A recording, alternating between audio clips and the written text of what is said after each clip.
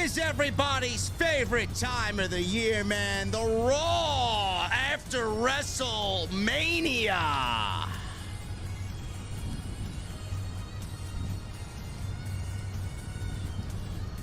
And tonight we celebrate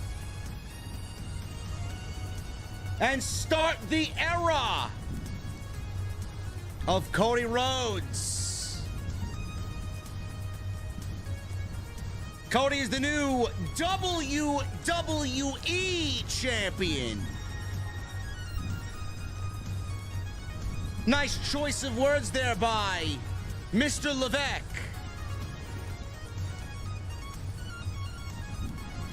But we got one problem. The Rock. He wants that title. He wants Cody. And tonight he low-keyed challenged Cody Rhodes for the WWE Championship. When and where will that take place? And why build to it now? We're going to talk about it right here on Off the Script because a lot of people seem to have a problem that the first hour was taken up by nothing but The Rock and Cody. NXT Main Roster debuts for both Ilja Dragonov and Roxanne Perez on Raw. CM Punk and Drew McIntyre continue their war. And Jey Uso is the #1 contender for the World Heavyweight Championship. This WrestleMania weekend, WWE wasn't the only one that set records. OTS broke records. Both night 1 and night 2, over 100,000 views each. Eclipsing everybody in the pro wrestling podcasting space on YouTube. Making this the place to be every single night. And tonight we celebrate OTS. And when I get to the venue, I want you guys to raise those glasses in the air. And when I ask, I want to know, what the fuck are you guys drinking? I'll see you over there.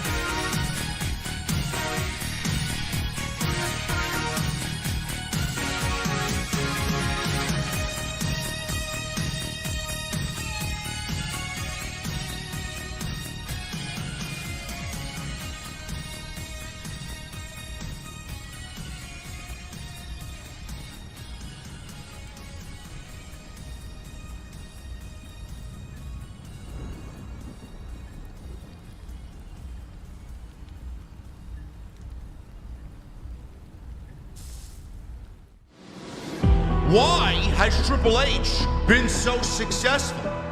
Why is Triple H running WWE better than Vince McMahon and Bruce Pritchard on Monday and Friday night? Long-term booking.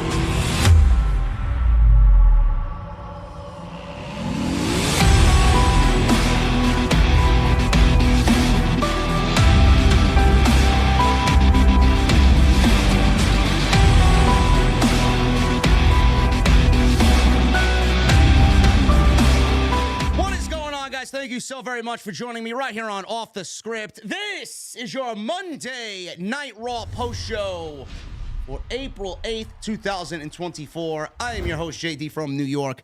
As always, coming to you live from the OTS venue. Thank you guys so very much for joining me on your Monday evenings after this WrestleMania 40, wherever you may be. Raw after Mania. The biggest Monday Night Raw of the entire year. To some, nothing could be worse than last year's. So the bar wasn't really all that high coming on into this year. I mean, everybody is like, oh, well, this is better than last year's. I mean, they absolutely destroyed the essence of Raw After Mania last year. I should say Vince destroyed the essence of what Raw After Mania was last year. I did not expect much out of tonight's show. I did not.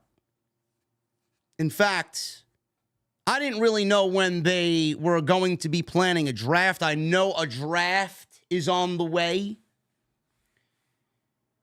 And then we did get announced tonight draft dates at the end of April.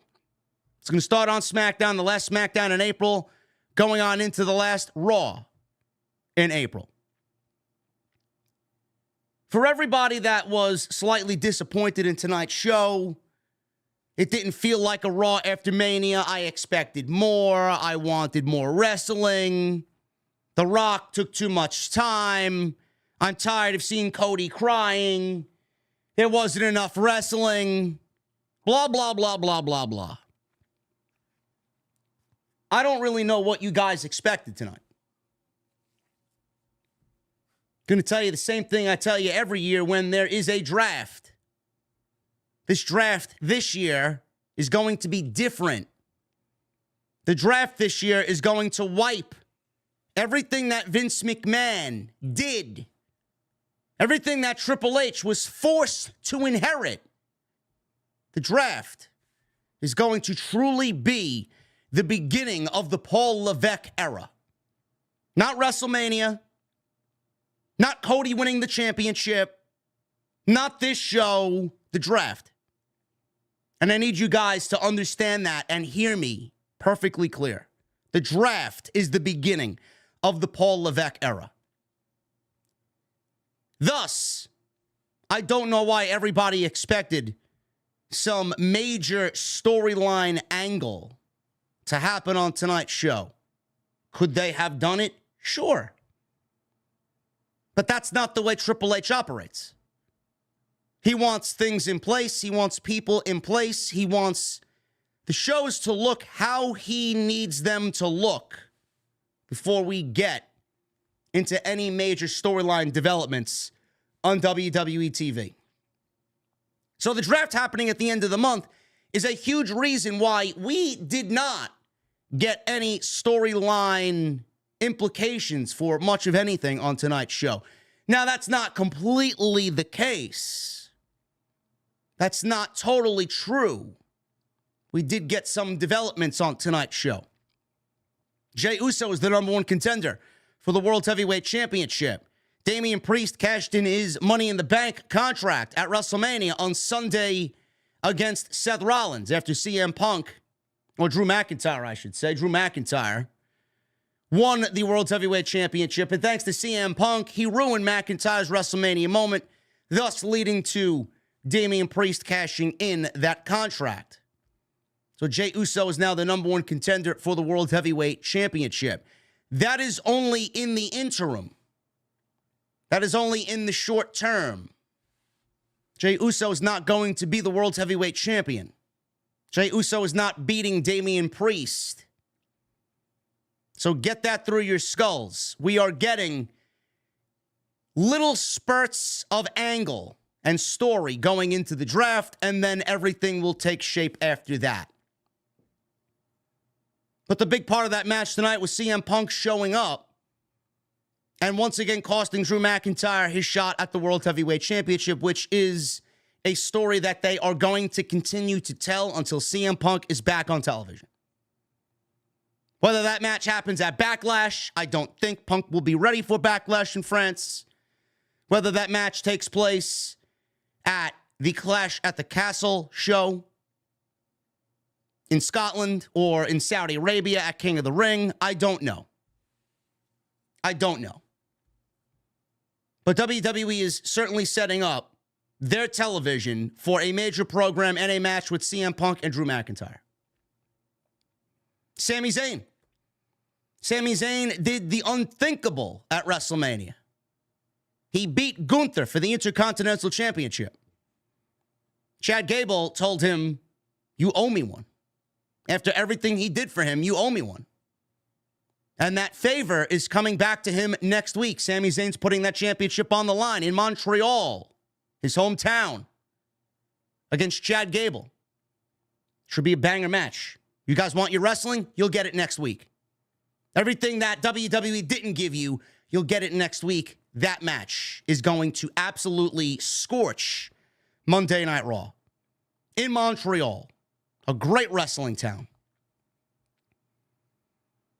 We also got some NXT call-ups tonight. Not really call-ups. I would say one is a call-up waiting to happen. The other, I don't think so. Though I do think that both of them should be called up. They are more than ready.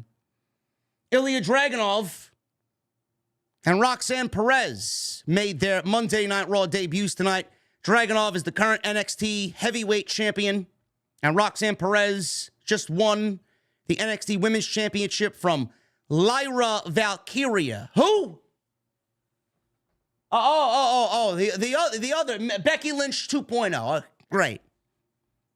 All joking aside, I think Lyra is a great wrestler. Roxanne's a great wrestler. We got a little glimpse into what WWE is cooking with NXT. I am surprised we didn't get Carmelo Hayes, but we have Friday to look forward to. We may get Carmelo on Friday. Who knows? Does he land on Friday? Does he land on Raw? I'm sure he will be in the draft. Some of you guys don't realize that we also have the Friday after WrestleMania. They're not going to skimp on that.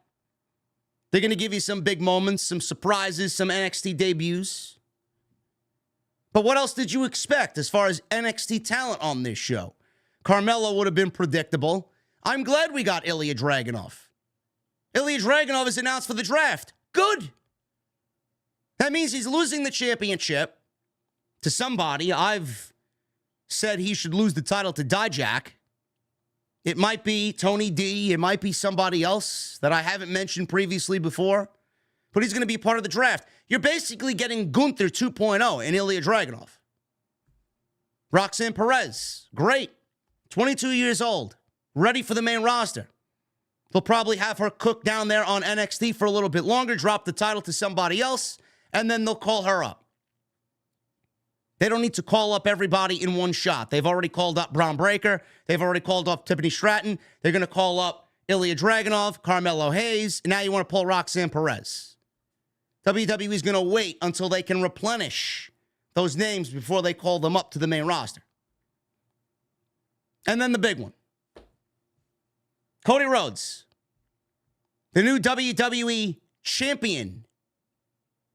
Not sure if you guys heard Triple H. He did not say Universal Heavyweight Champion. Undisputed WWE Champion. I don't know if that was a slip of the tongue for Mr. Levesque. I don't think so. We'll get into that when we get into the promo that Cody Rhodes cut. Cody called it the Universal Championship. Paul Levesque did not. He came out to celebrate, and he came out to basically have his coronation as the man to lead the new era. He was obviously interrupted by The Rock, which we all kind of figured would happen. Now, the first hour was commercial-free. WWE wanted to make this as epic as possible. They wanted to ring the new era, the Paul Levesque era, the Cody era, the Renaissance era, whatever you want to fucking call it. They wanted to ring in the new era the right way. Commercial-free. This is our guy. He's our champion. Let's set you up for what this era is going to be bringing you. Cody. He's our guy. Main event last night at WrestleMania may go down as one of the greatest of all time, if not the greatest.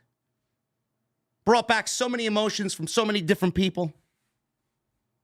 Absolutely perfect way for Cody to win the championship. The Rock showed up.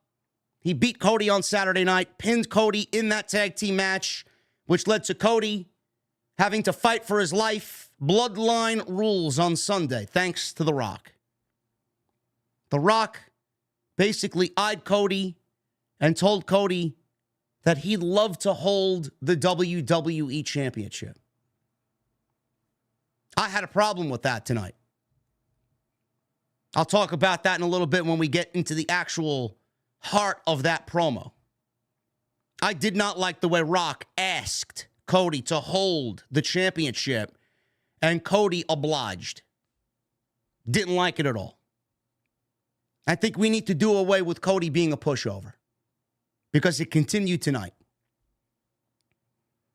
The whole thing about this Raw, they gave you a little NXT, they gave you a little bit of wrestling, they gave you a great crowd. It's the tail end of WrestleMania weekend, and they set you up for the biggest match that they could possibly do this year. And that is Cody Rhodes and The Rock at SummerSlam. That's what they wanted to instill in the audience tonight, because The Rock is going away until at least August. But The Rock wants to make it known that as soon as he comes back, A, he's got a victory over Cody. B, he wants the WWE Championship. And their story is just beginning because Cody just finished his story with Roman Reigns. The final boss needs to be beaten. And that's exactly what is going to happen. Now, I don't know how true that will ring come August. Does The Rock, the final boss, beat Cody? Does he take the WWE Championship into a match against Roman Reigns at WrestleMania? I hope to fucking Christ that is not the case. I hope to God that is not the case. But the whole basis of that first hour was for Triple H to once again reaffirm everybody that this is his show.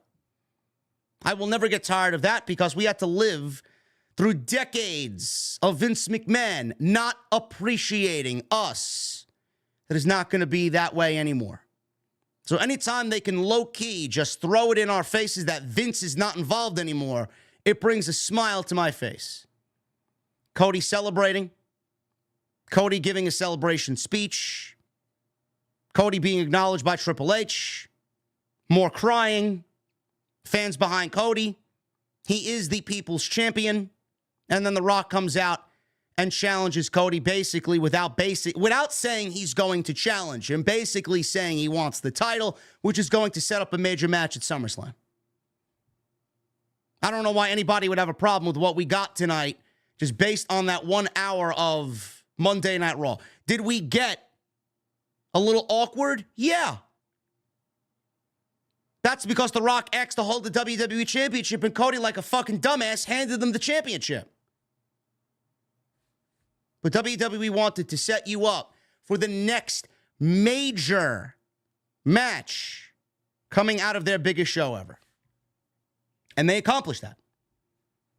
But you're not going to see much of anything. You're not going to see some huge storyline. You're not going to be engulfed in fucking story.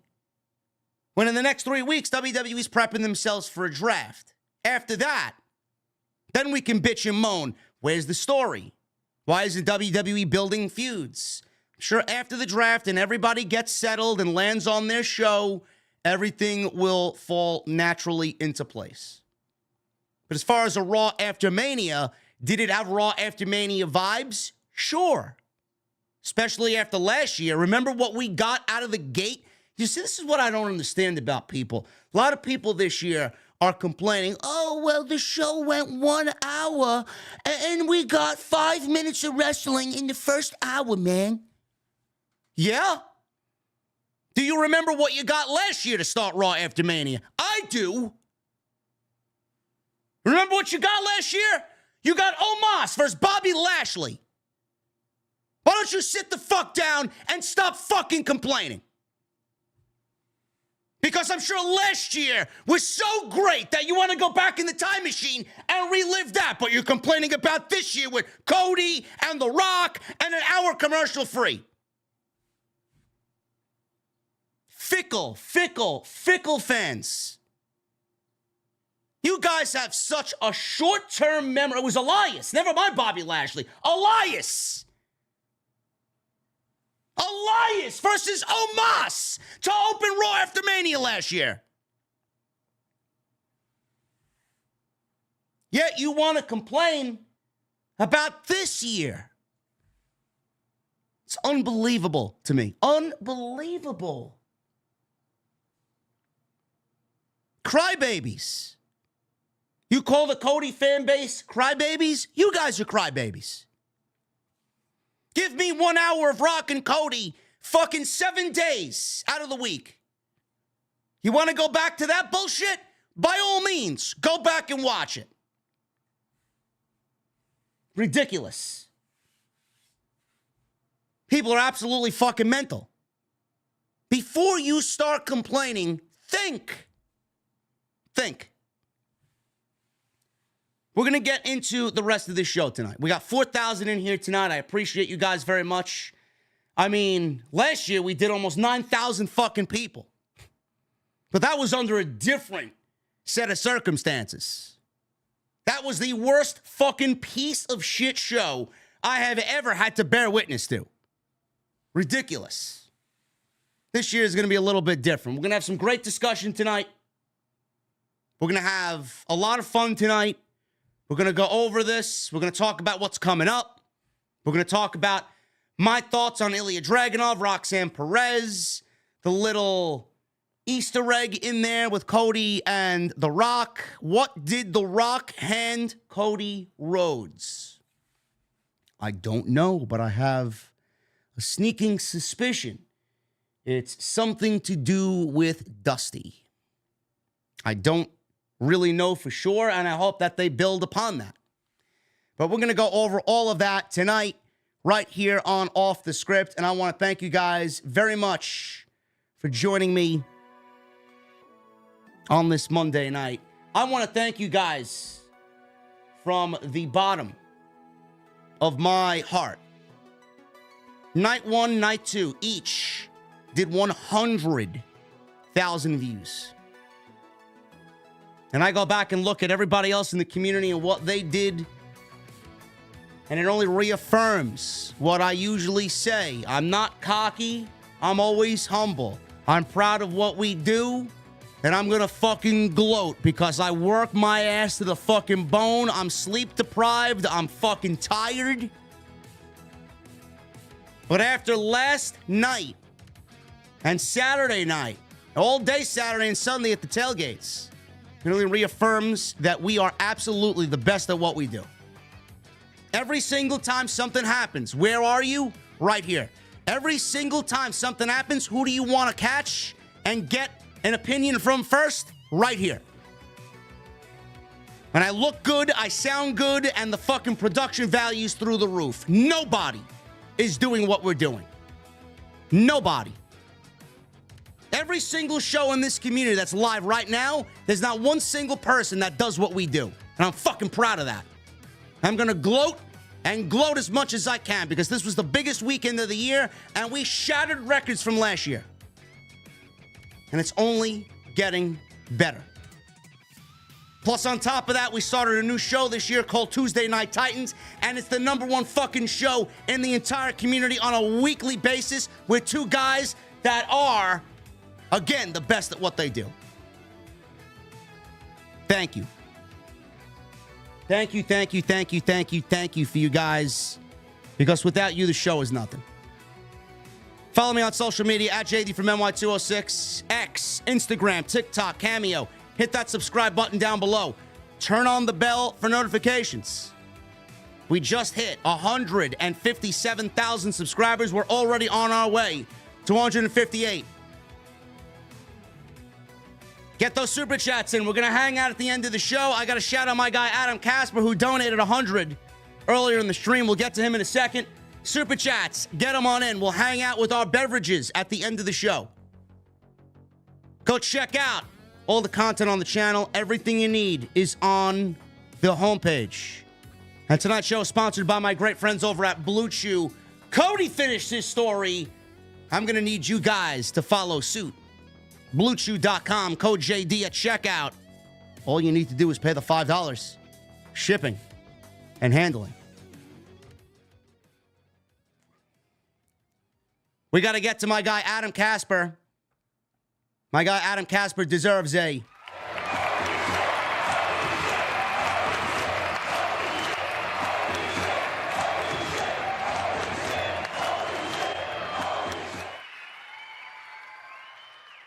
Adam Casper with a $100 super chat. Happy Monday, JD and everybody. Definitely WrestleMania Night 2 was awesome last night. I'm looking forward to Cody versus The Rock this summer at some point, Adam.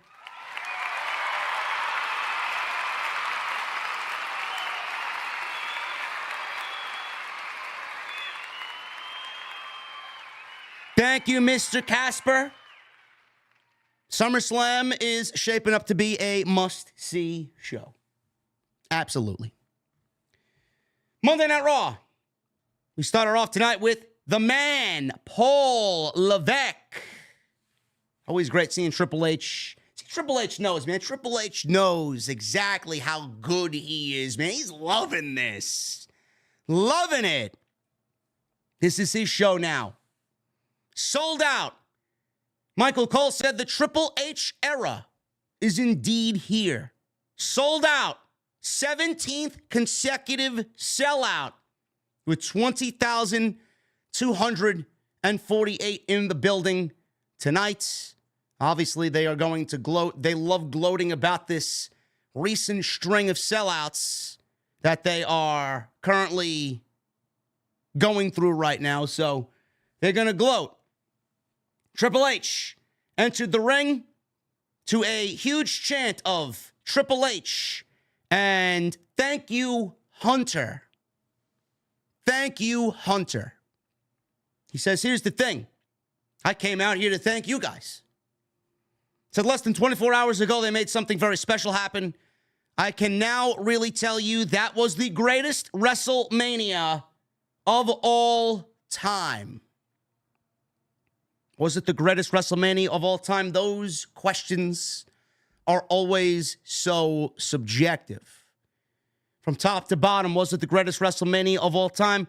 I'm going to say no. As far as how everything kind of came about between night 1 and night 2, I actually would take last year's WrestleMania over this year's WrestleMania.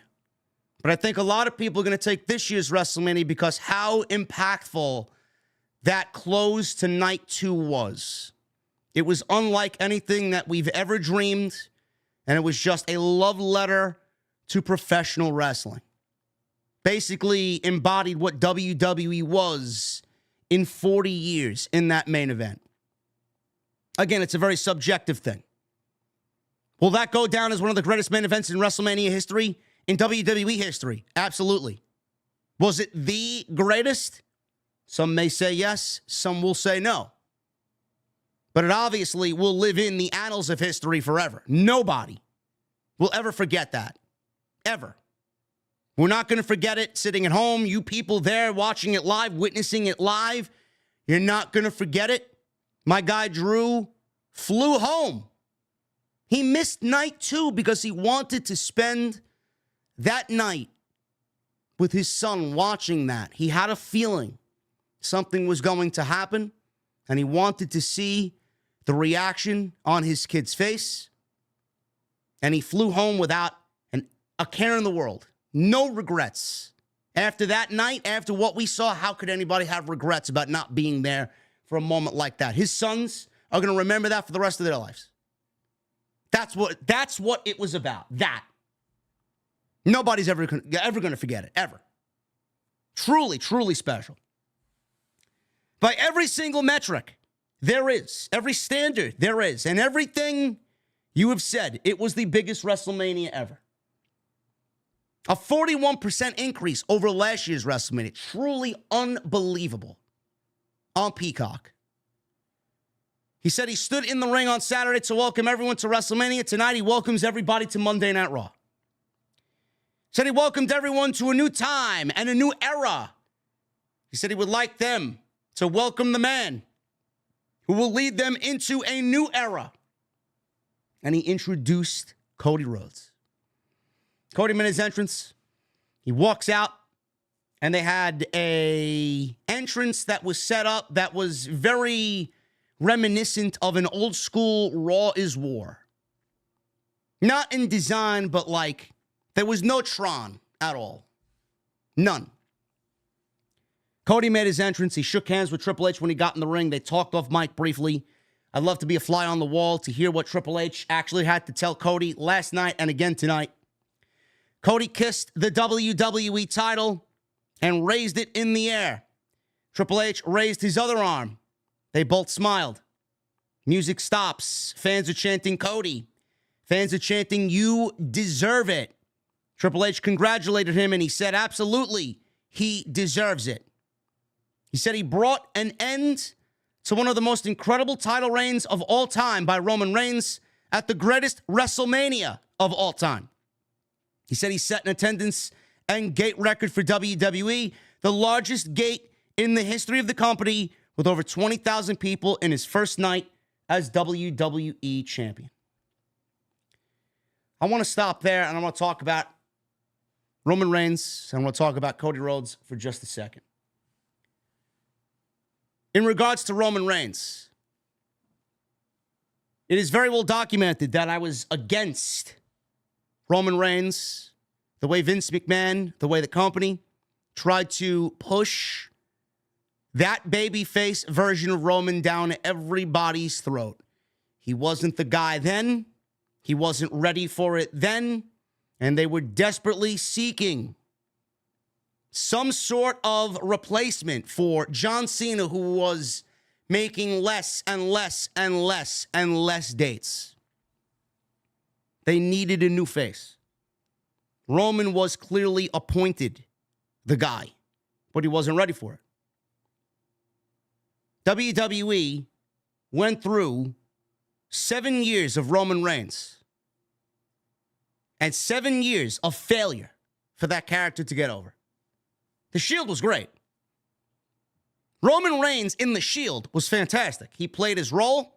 They worked together, one of the greatest stables in the history of WWE. But when Roman broke away from The Shield, when Rollins was doing his thing, and Dean, Ambrose, John Moxley was doing his thing, Roman was the least, I don't want to say successful, I would say the least intriguing, the least interesting out of all three of them. Nobody gave a shit about anything he did. Nobody gave a shit about anything he said. And then the pandemic hits. Roman says, I'm not coming to work. It's not worth it. I'm not compromising myself to go wrestle in an empty gymnasium and take this home to my family. Gonna sit it out. That's exactly what he did. He came back, played the game by his own rules, by a different set of rules. As soon as we saw Roman Reigns and Paul Heyman together, the tribal chief was born. From the beginning stages of Roman Reigns and that character to where we see him now, it will go down as one of the greatest stretches for anybody in the history of WWE, whether you like it or not. The storytelling in the beginning stages of Roman's character, after he won the championship, Jey Uso, Jimmy Uso, getting the bloodline together, the way the bloodline formed, Roman being that mafia boss style character, using and abusing his family to teach them a lesson to all fall in line. The story to that was so rich and basically kept WWE television alive in an era during a time where there were no fans. Zero fans. All of this happened in front of TV screens inside the Thunderdome. If it translated that well with no fans, and it came off as fucking some of the best WWE story ever told, a lot of that has to do with Roman. They finally let him be him.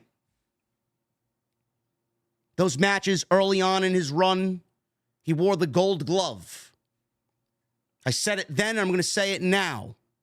Yeah, the reign started to fizzle out year over year over year because it was getting to a point where WWE just got repetitive. He was making less dates. He wasn't appearing on television as much.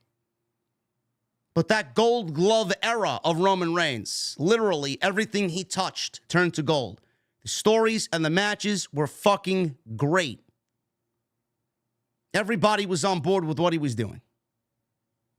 1,300 days later, whether you like it or not, it will go down as one of the greatest reigns ever. Roman Reigns will be the guy for this generation that people reference as the greatest ever.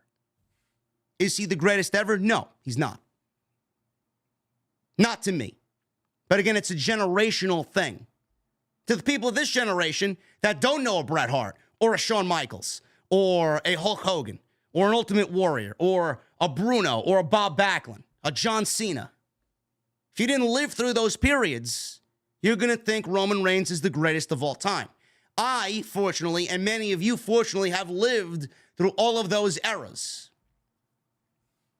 Not to take anything away from Roman Reigns, but to me, I grew up with Shawn Michaels. I grew up with John Cena.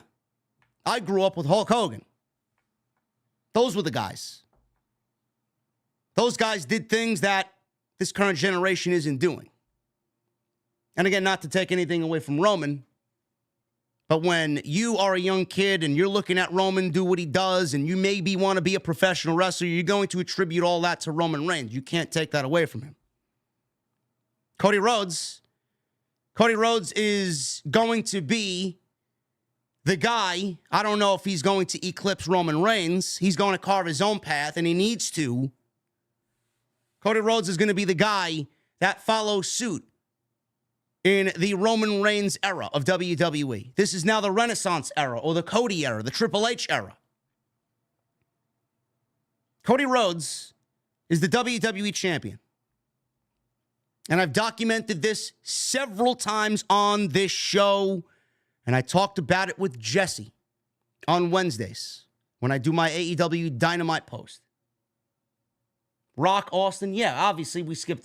Rock, yeah. I mean, those are gimmies. I know, yeah, clearly Rock, Austin. Roman doesn't eclipse any of those guys. Cody Rhodes documented this for how many times? Cody is the guy. He's the guy today because of what he did previously before he came back to WWE. Jesse could tell you this. We said the same thing about CM Punk. Cody Rhodes is the guy because of what he did in the absence. 7 years away from WWE. Him going to the Indies, him creating the American Nightmare, him joining the Bullet Club, him aligning with Matt, Nick, Kenny, and Adam Page, joining the Elite, starting AEW, becoming an EVP, on the management team of AEW under Tony Khan. And then he leaves for his own reasons.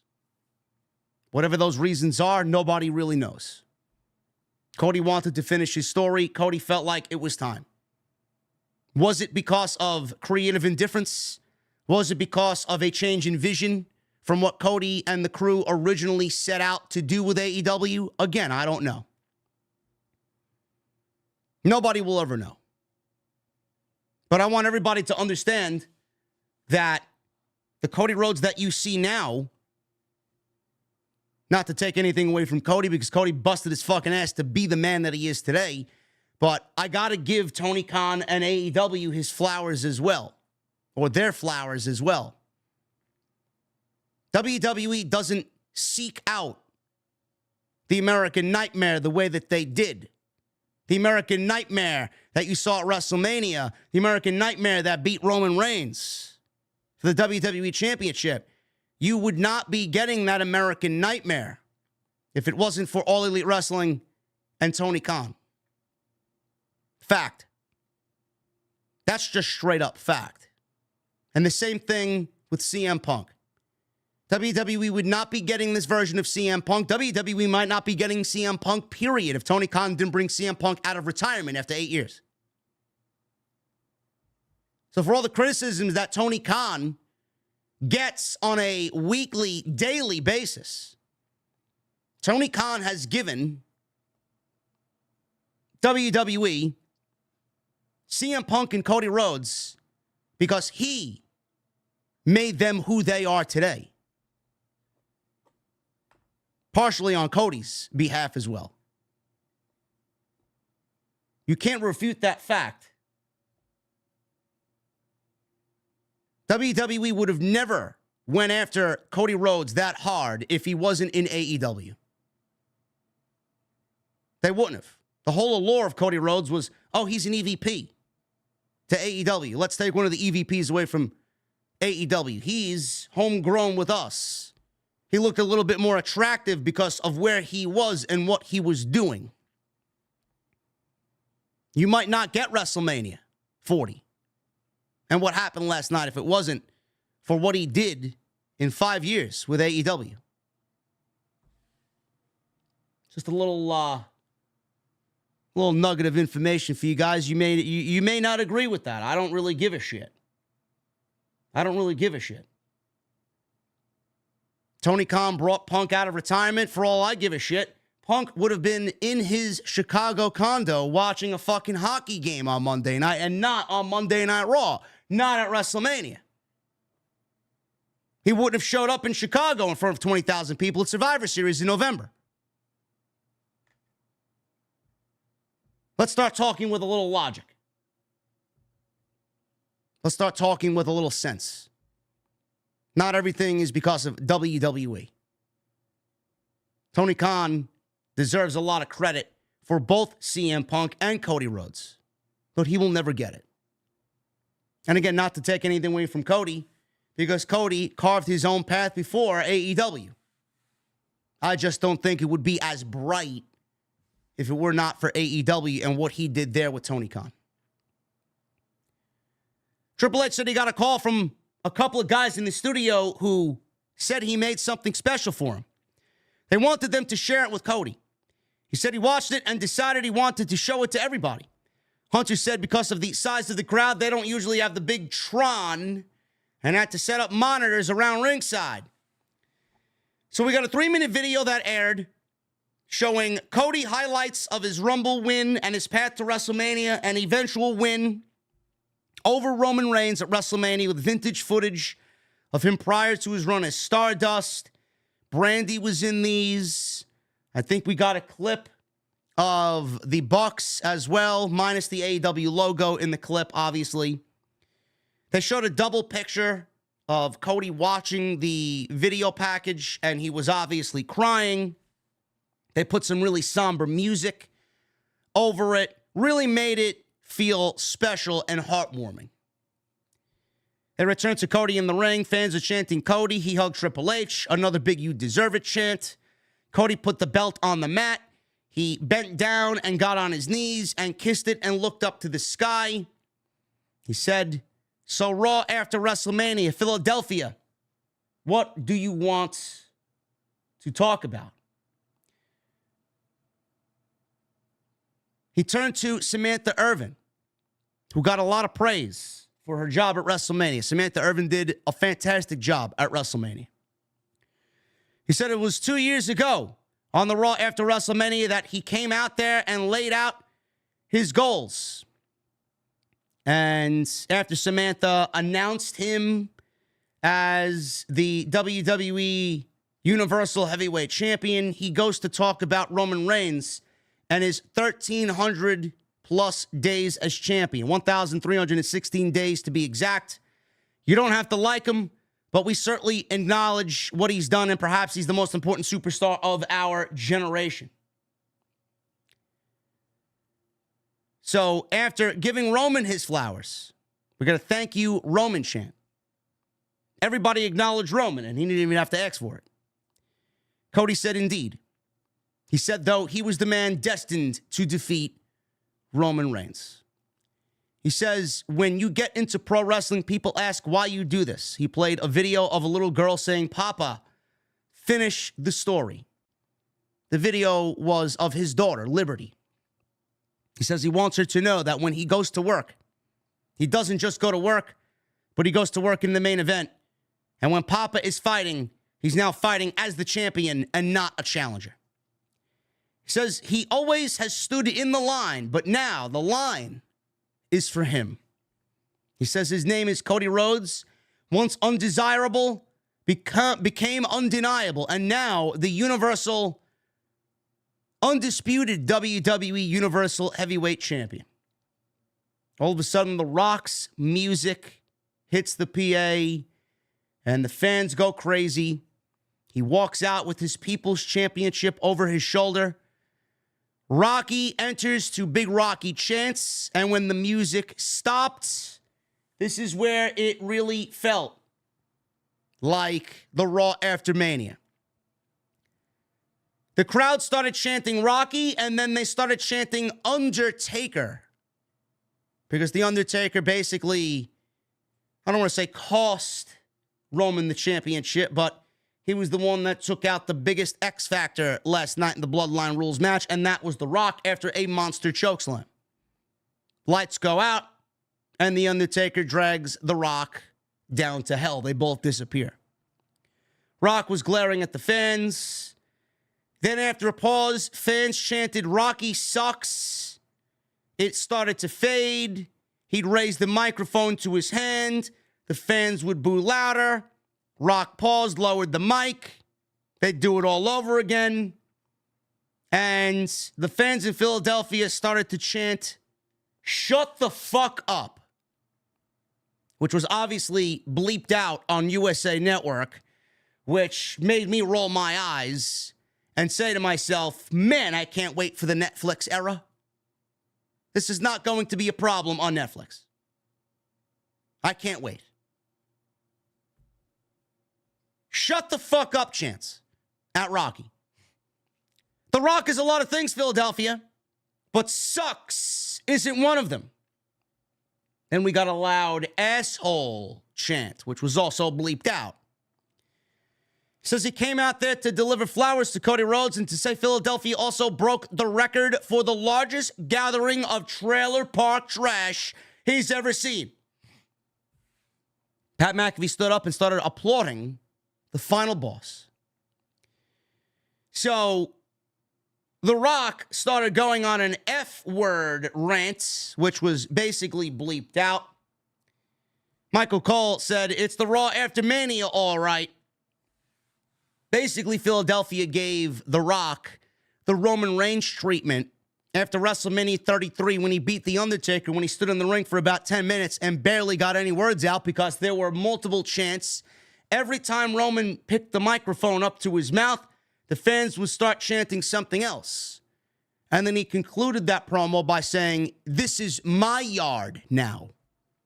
That's all he said, and he left to a chorus of boos. So they basically gave The Rock the Roman treatment from WrestleMania 33, which is always one of my favorite moments of WWE on Raw ever. Cody held up his belt to cheers. Rock held up his belt to boos. He says he came out there with no fireworks, no blood spilled, just flowers. He told Cody he did it. The fans can chant all they want, but this is between the two of them. He says he made Cody bleed, and he still completed his story. He talked about how Mama Rhodes must have had a big smile on her face, just like Cody's daddy in heaven. Big Dusty chant broke out. Said Dusty was his hero. He said Rocky Soul Man Johnson and Dusty ran around town together. Says his dad might not approve of all the things he did to Cody, but I don't care. He said Cody did it, and he finished his story, and now he has the belt. He says it's beautiful with the New American Nightmare nameplate on it. He says some would like to say his belt, his People's Championship, is fake, but Muhammad Ali's widow gave him that championship. He says when he joined the Nation of Domination, Muhammad Ali gave him the moniker of People's Champion. He said that belt means a lot to him. He asked Cody, but let The Rock ask you something, Cody. Is there any way The Rock can hold that title, as he's pointing to the WWE Championship. Fans booed. Cody was shaking his head. Rock says he grew up in pro wrestling just like Cody did. He says he loves professional wrestling. He loves pro wrestling titles, and he's held many of them. But then he says, I've never held that one. Cody looked at the fans, who started saying no. No. Cody asked, well, if you want to hold my belt, I want to hold your belt. Cody and Rock exchanged belts. Rock told Cody, I'd be honored for you to hold the People's Champion title. They traded belts. Cautiously, slowly. The Rock admired it and put the WWE title over his shoulder. Fans started chanting, this is awkward. Cody said the belt just kind of feels, or Rock rather, said the belt just kind of feels right. He says the WWE Championship feels right on his shoulder. He thanked Cody. They exchanged belts. Rock gave the WWE title back to Cody. Cody gave The Rock the People's Championship back, and The Rock said it meant a lot to him. Thank you for that. First of all, the struggle, the threats, Sunday, everything that led up to what happened on Sunday. You won that championship. It's the one thing that made you and your life complete. You did it for Dusty. You did it for Mama Rhodes. You did it for the American Nightmare. You finished your story. You completed your story. The way that I look at it, why would anybody willingly give up and let go of that title to someone else to hold and admire, especially the guy that tried to take it all away from you? That part I did not understand. That part to me, after Sunday, I thought we were over this. I thought we were well beyond this. And here we are, the first Raw after WrestleMania, and Cody is already doing things as champion he shouldn't do. Why would anyone, why would Cody do something like that? I don't get it. All that does to me is reaffirm to me that Cody is still someone that has bitch-like tendencies. And we need to move away from that. I don't know why he would do something like that, especially the night after. The Rock said The Rock has to go away for a little bit.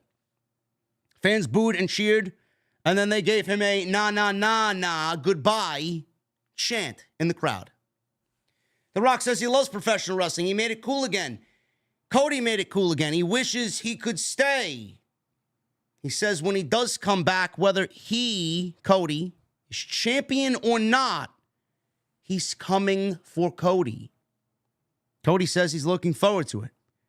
Rock says he is too. Rock says he beat Roman in the middle of the ring, 1, 2, 3. Cody did. However, less than 24 hours before Cody beat Roman, The Rock beat Cody in the middle of the ring, 1, 2, 3. He says his story with Roman Reigns is over, but his story with The Rock is just beginning. He took off his sunglasses and looked Cody directly in the face. Cody looked a little confused at this point. He said he believes that because he's the final boss and also on the board of TKO, so I am literally your boss. Rock says, yes, that's true. Cody says he won't dispute that he is their champion, pointing at the fans. And boss, that means I am your champion. Another Cody chant broke out. Rock and Cody stared at each other. Rock says, "You are their champion. You are the world champion. You are my champion." Rock says, "There's one final thing, though, I need to do before he rides off into the sunset." He said, "No fireworks." He just reached into his pocket and asked Cody for his hand. He passed something to Cody and put it in his hand. He held his hand and shook his hand. He says he doesn't even have to open his hand to know what it is. "Don't you ever break my heart again if you smell what the final boss is cooking." He stared at Cody. Rock left the ring, and we don't know what Dwayne handed to Cody Rhodes. Now, I don't know what you guys thought Rock handed Cody Rhodes. I'm going to make a prediction here. I'm going to make a little logical guess here. I'm going to say that The Rock handed Cody Rhodes a watch. Whether the watch is symbolic to Dusty or whether The Rock handed Cody the Rolex watch that Cody supposedly bought for Rock, Roman, and Cody to celebrate their match at WrestleMania 40. Again, I don't know for sure.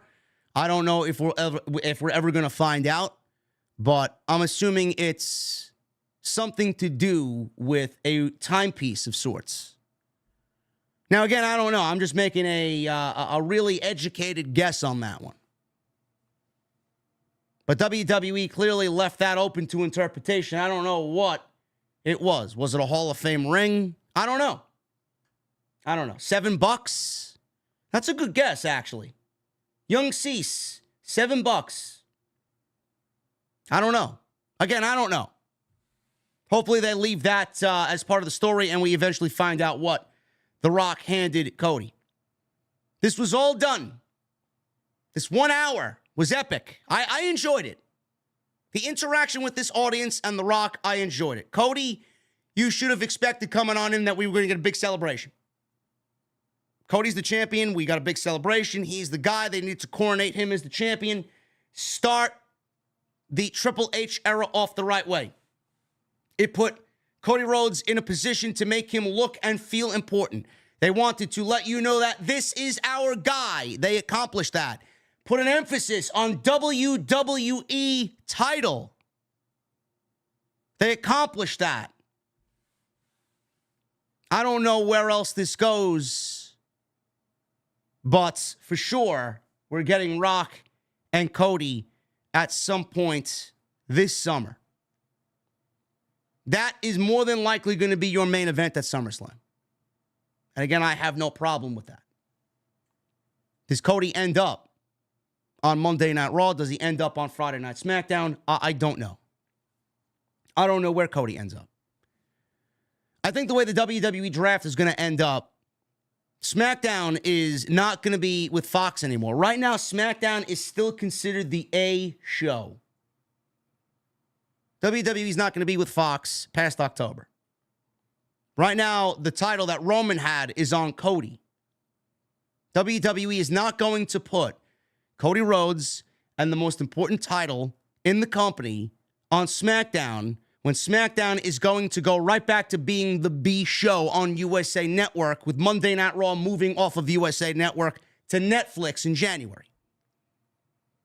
Cody Rhodes is going to remain on Monday Night Raw.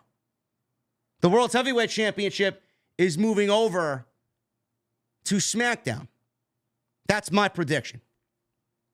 Monday Night Raw is going to be the new A show. It is going to take back its position as being the A show on Netflix. Is that something that breaks away Damian Priest from the Judgment Day? Is that how they get the split of Judgment Day? By moving Priest over to SmackDown, or do they do the typical bullshit thing by moving the whole fucking faction over to SmackDown? I don't know. That's just a prediction, honestly. World Heavyweight Championship on SmackDown, WWE Championship on Monday Night Raw. I don't think Cody's going anywhere. But we're absolutely building towards a Rock versus Cody match at SummerSlam for the WWE Championship. Speaking of the Judgment Day, they cut to the Judgment Day earlier in the day, arriving at the Wells Fargo Arena. Then they showed Miz and R-Truth arriving with their newly won Monday Night Raw Tag Team Championships. They showed Sami Zayn, his wife, his son, arriving with the Intercontinental Championship. And we finally go to some in-ring action after almost 50 minutes of Rock and Cody to open Raw. Shinsuke Nakamura versus NXT Champion Ilja Dragonov, who is one of my favorites in the entire company, is Ilja Dragonov. Dragunov and Nakamura started off by trading blows before Nakamura had an early advantage here. Dragunov responded with a second rope splash. A series of German suplexes followed. He got Nakamura to the ground and then hit the Constantine special clothesline before ascending to the top rope. Dragunov tried for a top rope senton. Nakamura dodged. Nakamura trapped Dragunov in the corner, hit him with his sliding German suplex, went for a cover. Dragunov kicked out at 2. Nakamura hit Dragunov with a kick to the back of the head. He went for the cover, but Dragunov kicked out. He caught Dragunov with a knee, but then got hit in the head with a big kick. Dragunov then flattened Nakamura with what he calls the H-bomb, which is basically a diving elbow drop on his opponent who's laying on their back. And then he finished Nakamura off with the Torpedo Moscow headbutt for the 1, 2, 3. Just think of a haluva kick, but not in the corner. He runs at you full steam ahead with a flying headbutt or elbow. He finishes you off 1, 2, 3. Dragunov, as the NXT champion, gets a victory over Shinsuke Nakamura. This was basically done to make you aware of who the champion on NXT is, Ilja Dragunov. If you guys don't know who Ilja Dragunov is, you are going to know very, very, very quickly what Dragunov is capable of. If you enjoy what Gunther does, if you enjoy the style of Gunther, if you enjoy epic storytelling within the ring, Dragunov is your guy. The one thing that WWE lacks right now are wrestlers who are legit and bring that sense of legitimacy to what they do in the ring. Gunther is one of those guys. Drew McIntyre is one of those guys. Sheamus is one of those guys. CM Punk is one of those guys. Ilja Dragunov is right there. He should already be on the main roster. And the fact that they are including him in the draft is great. This was nothing more than a showcase. Saw people crying about how Nakamura deserves better, how Nakamura should be used here, should be used there, blah, blah, blah. Listen, Nakamura is being used exactly how WWE views Nakamura. Nakamura is an old commodity in the WWE. Nakamura is not going to win championships. Nakamura is not going to be propelled into a serious program with anybody. I don't get why you guys are so upset over the treatment of Shinsuke Nakamura. We are well beyond that. The more call-ups, the more youth that we see in the WWE, it moves Nakamura back a few steps. It's over. I'm surprised Nakamura is even still with the company. Please stop thinking with your feelings. Seriously, stop thinking with your feelings. It's a waste of time. If WWE wanted to push Nakamura into a serious position on their television show, they would have already done it. He's merely a guy they plug into these types of roles like this, and that's it. Or if you need a decent opponent for a major program just to get you through the pay-per-view before they move on to something else that they want to do, that's the type of guy that they're going to use. This was a showcase, nothing more. 4 minutes, but a showcase nonetheless. Dragunov will be a part of the draft in 3 weeks. Does he drop the NXT Championship to somebody in that time? I don't know. There are a couple of people that WWE could really put the title on. I mean, Trick Williams is one of them. Dijak is one of them. I don't know who else you could possibly be thinking of as the NXT champion. But I do think that Dragunov on the main roster is long overdue. And whatever brand he ends up going on, the one request I have is that he ends up on the same brand as Imperium or Gunther, depending on if they keep Imperium together or not, which I don't see why Triple H would break up Imperium. That would be fucking stupid. We got a recap of the World Heavyweight Championship cash-in with Damian Priest at WrestleMania. Loved it. I thought the open to WrestleMania last night, night 2, was one of the best opens to WrestleMania ever. McIntyre, Rollins, decent match, cash in, the whole Punk ruining McIntyre's moment, the visual of Punk sitting on the announce desk clapping that he did a good job by ruining McIntyre's WrestleMania moment. I loved it. Loved it. Move Nakamura to NXT. That would be interesting. I don't know if they're actually going to go and do something like that where some main roster talent could be drafted to NXT. I don't know. It's a good point. I would not mind seeing some of that actually happen. The only other ending, I forgot to mention this last night, the only other ending, or I should say the beginning of WrestleMania, the only other beginning of WrestleMania that I would probably put in the same league as that, again, it's all subjective, and we were living in the moment. A lot of us thought with our emotions last night. We got to let the dust settle and see where it all stacks up as far as history is concerned. The only other beginning to a WrestleMania that I could really go back and say that was the best beginning to a WrestleMania is WrestleMania 30 with Triple H and Daniel Bryan. Tremendous. Just what that match meant and the implications that match had. That's the only other beginning to a WrestleMania that I would really put up against what we saw last night with Damian Priest, Drew McIntyre, CM Punk, and Seth Rollins. So we got that video package, and they showed McIntyre arriving in the parking lot. Cole says he isn't in a pleasant mood. When is he ever? He will be a part of a fatal four-way match later to determine the new number one contender for Priest's World Heavyweight Championship. Ricochet, Jey Uso, and Bronson Reed are the others in that match. Judgment Day. Finn Balor, J.D. McDouble, Dominic Mysterio. They were in the middle of the ring. We didn't get a Judgment Day entrance. They were a little short on time because I believe the Cody and Rock segment went a little bit too long. Balor scolded the doubters and the haters for being wrong about Rhea Ripley and Damian Priest. Dom got booed as he introduced Rhea Ripley. He said, "Mommy is always on top, and it's a new era for the Judgment Day." Balor then introduced Damian Priest, who made his way out with new music and the World Heavyweight Championship. He entered the ring and got a chant of "You deserve it." Damian Priest says, "You're damn right I deserve it."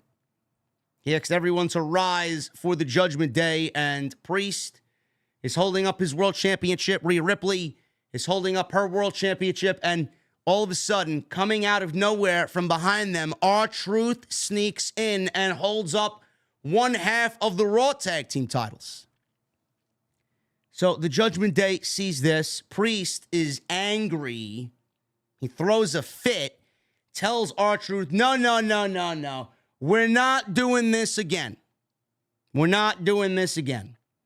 Truth says he brought the tag team titles back into Judgment Day. Judgment Day is upset. They don't want him there. Miz's music played. He came out. Michael Cole started laughing. He says, "This is incredible." Miz is out there. He says he doesn't want to join the Judgment Day, and he knows Truth doesn't want to join the Judgment Day either. Truth says he is. Priest says he isn't. Is he in? Is he not? Truth says yes. Priest says no. Fans then started chanting, "Yes, he is. Yes, he is." Miz announced him and Truth as the new tag team champions. Balor then challenged them to put the tag belts on the line. Truth says, well, we can't. There's only 3 of us. It's a tag team match. Balor wants the tag team titles in a tag team title match, 2-on-2. This guy's out here talking about 3 of us. Miz asked, Truth, are you talking about a real person or are you talking about little Jimmy? Truth says, yes. I'm talking about our actual tag team partner. You can't see him right now, though. JD McCrisp says that works for them. Miz says he wants to physically see their partner. He keeps telling Truth. Miz says, I want to physically see who we're teaming with here. Truth says, don't worry, you'll get to see him. Truth began to introduce the third man, and then McAfee, Dominic, and Balor attacked the Miz and R-Truth. Everybody assumed he was talking about little Jimmy. Fans were chanting Cena. They're not dumb in Philadelphia. So we got a tag team match here. It was Miz and R-Truth and partner to be announced later against Finn Balor, JD McDouble, McChicken, McFish, McSausage, and Dominic Mysterio. Now, their partner wasn't out there at all. They wanted to really play into it that you really couldn't see him. So we got this tag team match, and we go to commercial break. We come back from break. The match is in progress. Dominic and JD McDonough working over Truth in the Judgment Day corner. So they cut the ring off. McDonough continued to punish R-Truth, held him in a headlock. Dominic was tagged in. He continued to attack Truth. He missed a splash in the corner, which allowed Truth to tag in Miz. He went on the offense here on Dominic in the corner with some kicks and a clothesline. He held Dominic and McDonough for a double DDT in the middle of the ring. Miz tried for the skull-crushing finale, but Dominic escaped. Balor hit Miz while the referee was distracted by Dominic, and we go to a commercial break in the middle of this match with the Judgment Day taking Miz outside to ringside. We come back from break. Miz is doing his best to get to his corner to tag R-Truth in. Miz created some separation. He took out McDonough. Dominic tripped up Truth. So when Miz got to the corner, he could not tag in Truth. And Balor attacked Truth at ringside. McDonough was posing in the ring, and all of a sudden, John Cena's music hit, and we finally got R-Truth's partner to be revealed. The guy you couldn't see. Crowd went crazy for Cena. Miz tagged in Truth. He hit his shoulder tackles, his suplex on McMuffin. Miz and Truth hits suplexes of their own. Balor and Dominic and McDonough all laid out. You can't see me. 5-knuckle shuffle times 3. We got a 15-knuckle shuffle. Then triple attitude adjustments. 1, 2, 3. All 3 men pinned all of Judgment Day simultaneously, and that was it. Again, coming out of WrestleMania, what did you really expect for WWE to do? Start a brand new tag team title program? We don't know what the future of the tag team titles are. We don't know what the WWE is going to do with the divisions. We don't know if they're going to introduce new titles. We don't know if they're going to create one set of title and have them float between shows. We don't know anything right now. All WWE wanted to do here was 2 things. 1, have a good time. Pop the crowd with John Cena. And pay off John Cena and R-Truth with R-Truth idolizing John Cena and him doing his moves. The fans enjoyed it. It was innocent enough. And that was it. Cena was still in town. Why not take advantage? Now, the only problem I have is that John Cena let his guys get beat up for a good 7-8 minutes before he came out there and did his shtick. Where was he? Where was John Cena? He let the match happen and showed up late. I would have a problem with that if I'm R-Truth. But John Cena got the victory with his guys, and the fans in Philly enjoyed Cena's inclusion here in this 6-man tag. Commentators recap the Andre the Giant Memorial Battle Royal on last Friday's SmackDown before we got to Bronson Reed. Bronson Reed won the Andre the Giant Memorial Battle Royal, and he is, I hope, factored into plans on WWE television after WrestleMania. He boasted that he was going to show the three other competitors in the number one contenders fatal four-way match what Raw dominance looks like.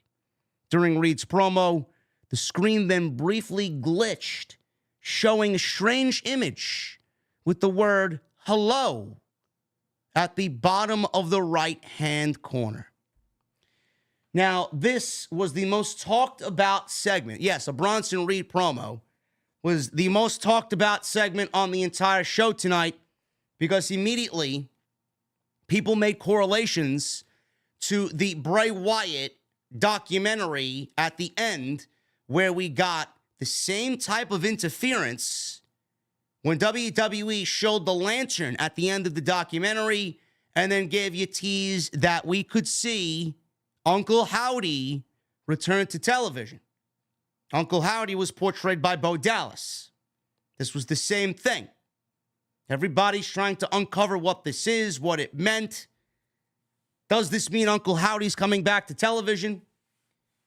So this is coming from Fightful. Multiple teases for a returning WWE superstar during the Bronson Reed segment.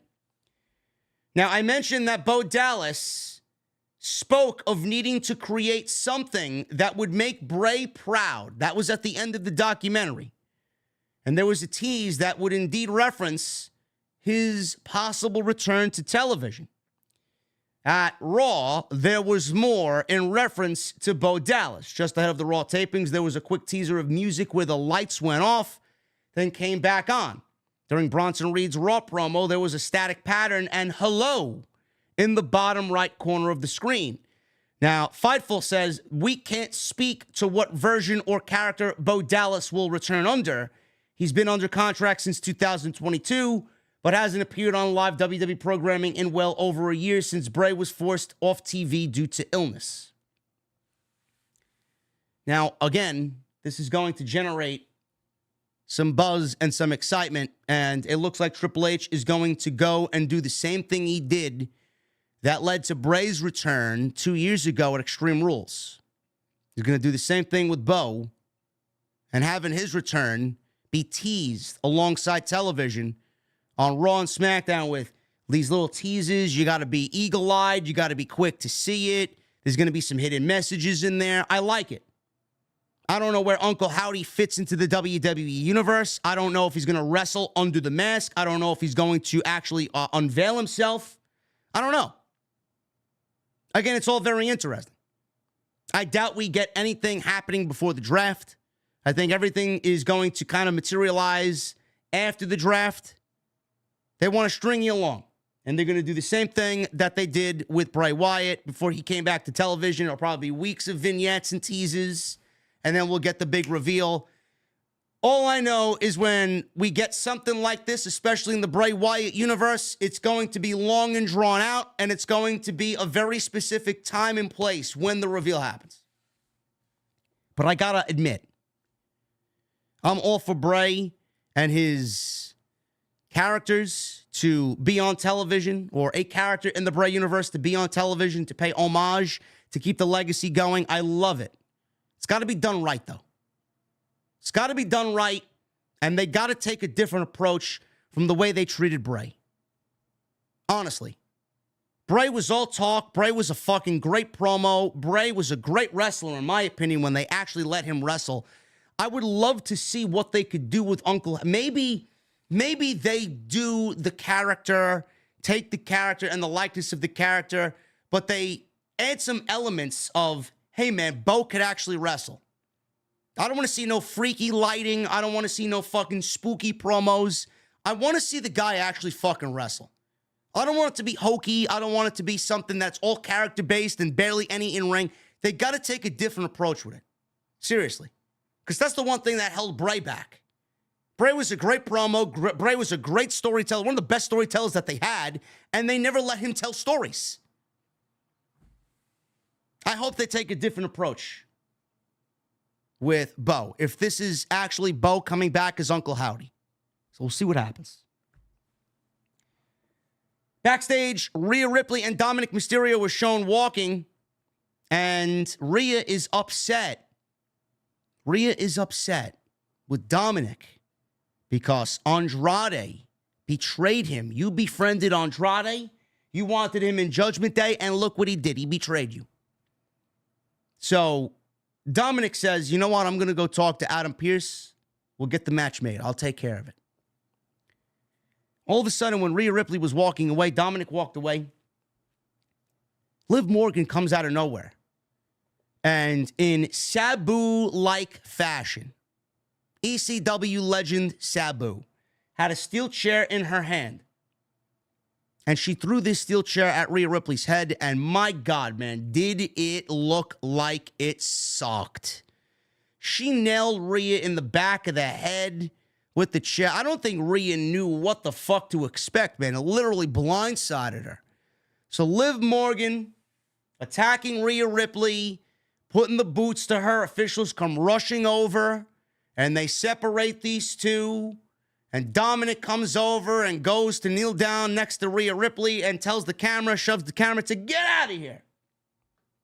And then the camera is walking through the backstage area, walking into the arena, walking through the crowd, and he circles around the timekeeper's area, and he goes right back to ringside where we see Indy Hartwell in the ring. The transition, I want to talk about this first. The transition from WWE to film this promo backstage, from Liv Morgan throwing the chair at Rhea Ripley, from Dominic shooing the cameraman away and sending him back to ringside, where the cameraman is walking through the crowd, through the timekeeper's area, and back to ringside. I thought that was a fantastic transition. Loved it. As far as Liv Morgan and Rhea Ripley, I don't want to be the guy to tell you I told you so, but I told you so. For all the Liv Morgan fans out there, upset that she missed WrestleMania, upset that Becky Lynch beat her, upset that she wasn't winning the Royal Rumble, upset that she wasn't in the title match at WrestleMania against Rhea Ripley. I'm here to tell you once again, the reason why Liv Morgan wasn't in the WrestleMania Women's Championship match against Rhea Ripley because, everybody cried story. It's not a WrestleMania match. WWE's never going to bypass a Becky Lynch, Rhea Ripley match for Liv Morgan and Rhea Ripley. You guys were going to have to wait. And what did I tell you? You're going to wait for Backlash in France. And that's exactly what you're getting. Liv Morgan is getting her championship match at Backlash against Rhea Ripley for the Women's Championship. And you know what? She ain't going to win there either. Rhea Ripley is not dropping the championship. So for all the Liv Morgan freakazoids out there that wanted story, where's Liv's story? Where's Liv and Rhea's story? You're going to get it. It's not worthy of WrestleMania, but it's good enough to be on WrestleMania Backlash, which I hope is not the case. It's just Backlash. Nothing is WrestleMania but WrestleMania. Liv, Rhea, France, Backlash. Boom. What'd I tell you? All you haters out there, man, seriously, when are you going to start actually accepting that I know my shit? Get with the program. Indy Hartwell. She went one-on-one with Roxanne Perez. Indy was already in the ring. The camera walked through the crowd, through the timekeeper's area, to the ringside area, which was a nice, new, cool production touch by Mr. Lee Fitting. Perez made her way to the ring with the NXT Women's Championship. She beat Lyra Valkyria Saturday at Stand and Deliver, which I have not watched yet. Perez offered a handshake. Indy accepted. Perez slapped her. Cole says that's not a surprise given Perez's attitude lately. Cole noted how aggressive Perez was being. I'll get to that in a second. LeRae tripped up Perez running the ropes. Indy yelled at her not to do that because she wants to win on her own, fair and square. Perez ended up taking advantage of this distraction and hit Indy with her finish called Pop Rocks, which is basically a code red. And that was it. 1, 2, 3. Roxanne Perez wins in 3 minutes. Now, Indy is garbage. I'm not a fan of Indy. I think she is just not good. That's just my honest opinion there. I don't know where we're going with Candice LeRae. I hope that when we get everybody where we need them to be post-draft, that we get a little bit more of this Candice LeRae story fleshed out. Right now, it's something that really hasn't been given an explanation to. There's no dialogue. All we see is Candice acting heelish. All we see is Candice cheating and wanting Indy to cheat. I don't know. So maybe we get some sort of story after we get where, Candice is going to be placed on Raw or SmackDown, and we get this story here between these two played out after the draft. Right now, they don't really, have anything going on. We don't know where they're going to end up. As far as Roxanne Perez, Roxanne started out as a babyface, a clear-cut, blue-collar, cringy babyface, which was fine, but that shit gets uber boring very quickly. I much rather see Roxanne Perez in the character she's playing now, with a little bit of edge, with a little bit of attitude. WWE made Roxanne into a heel very similar to what Cora Jade was on NXT. And the reason why they did that is because Cora Jade is going to be out for the rest of the year. And they wanted another badass heel on the NXT women's roster. Now, the thing is, Cora Jade is much more believable in this role than Roxanne Perez is. No matter, and I don't want to take anything away from Roxanne. I love Roxanne. I think she's great. But anytime Roxanne tries and acts tough and tries to speak with such anger, I don't know what it is, man. I don't know if it's just me. I find it very difficult to believe her in anything she's saying. She could be angry all she wants. She could be the nastiest of nastiest bitches. I'm not going to believe her in that role. I'm not. Cora Jade, I don't know what it is with Cora Jade as to why I say it's just better with her. She just looks like a fucking bitch. She looks like she is just a fucking asshole. Maybe that's the reason. Roxanne, I don't look at Roxanne that way. I don't know what it is. She's too cute. She's like a girl next door trying to be fucking tough. I don't know. But she's a great wrestler. Great wrestler. We'll see what happens. I don't think they're calling up Roxanne yet. She just won the championship. There's no reason to take the belt off of her right now. Ilja is going to be called up. Roxanne is not. So WWE just wanted to showcase Roxanne because they have a huge plan, not only for the women's division on WWE Main Roster, but they also have a big plan for the NXT women's division as well, as they're introducing a women's North American title. So, showcasing the NXT ladies with the one who's the champion. That's all this was, man. Nice showcase for Roxanne. They cut backstage to Sammy with the IC title. Jey congratulated him. Sammy says he's proud of Jey for what he did at WrestleMania. They did their signature handshake, and Sami Zayn was going to go out to the ring to celebrate him beating Gunther for the Intercontinental title. He made his way to the ring. Sammy held up the belt. Fans chanted his name. He says he's done some historic things at WrestleMania in recent years, including this year. He said Gunther made history with 666 days as champion. He is without question the best Intercontinental champion of all time. And he is. No lies detected. But guess what, says Sammy? I beat him. He said the fans helped him and my brother Kevin Owens helped him. He says another helped too. And I think he was going to mention Chad Gable. Out comes Imperium. Ludwig Kaiser and Giovanni Vinci. Kaiser walked out, insulted Sammy, called him a bum. He said, I don't believe the Intercontinental Championship now has to reside on someone who looks like a bum. Honestly. So they're out making fun of Sami Zayn. They want to make things right and stand up for Gunther. And as they were about to go and double team Sami in the ring and beat the shit out of him, Gable ran out. He runs out. He shushed the crowd and said thank you to the crowd. And we got a tag team match here with Sami Zayn and Chad Gable versus Imperium. This went 12 minutes. This was, you guys want the pro wrestling? There you go. You got your pro wrestling. So, Gable and Vinci started the match off, and Gable took control.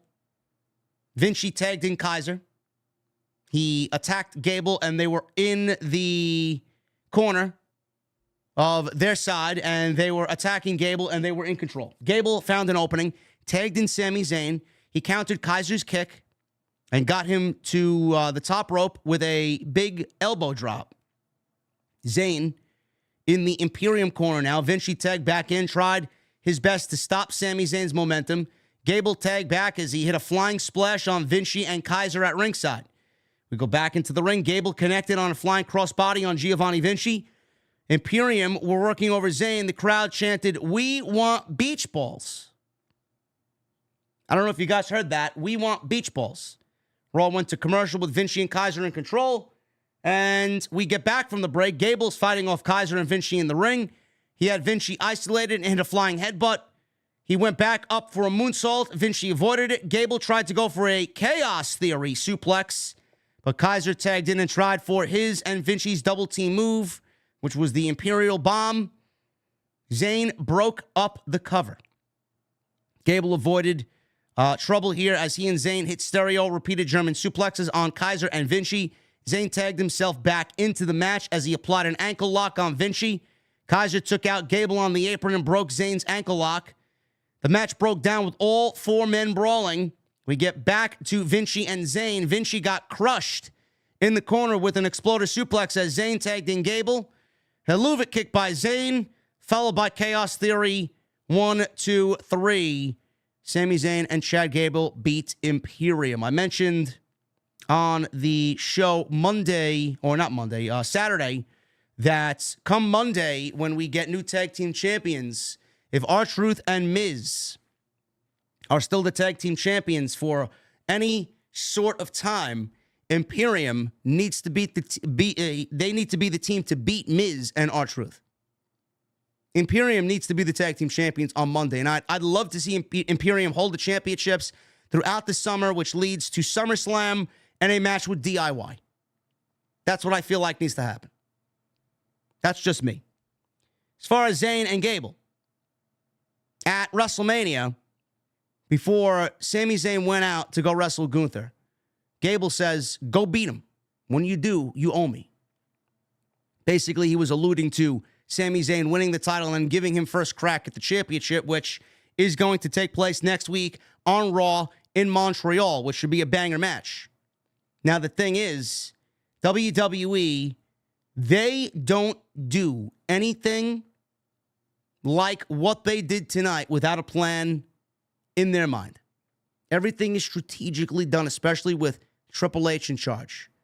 WWE conveniently added a Sheamus vignette to the show tonight, and the rumor was that Sheamus possibly could be looking at free agency, and Sheamus could be on his way out of the company. That was the rumor. Sheamus is back in WWE. They put a vignette out on this show highlighting Sheamus, and the wording in the promo, or the vignette, was very telling. Talking about his accolades.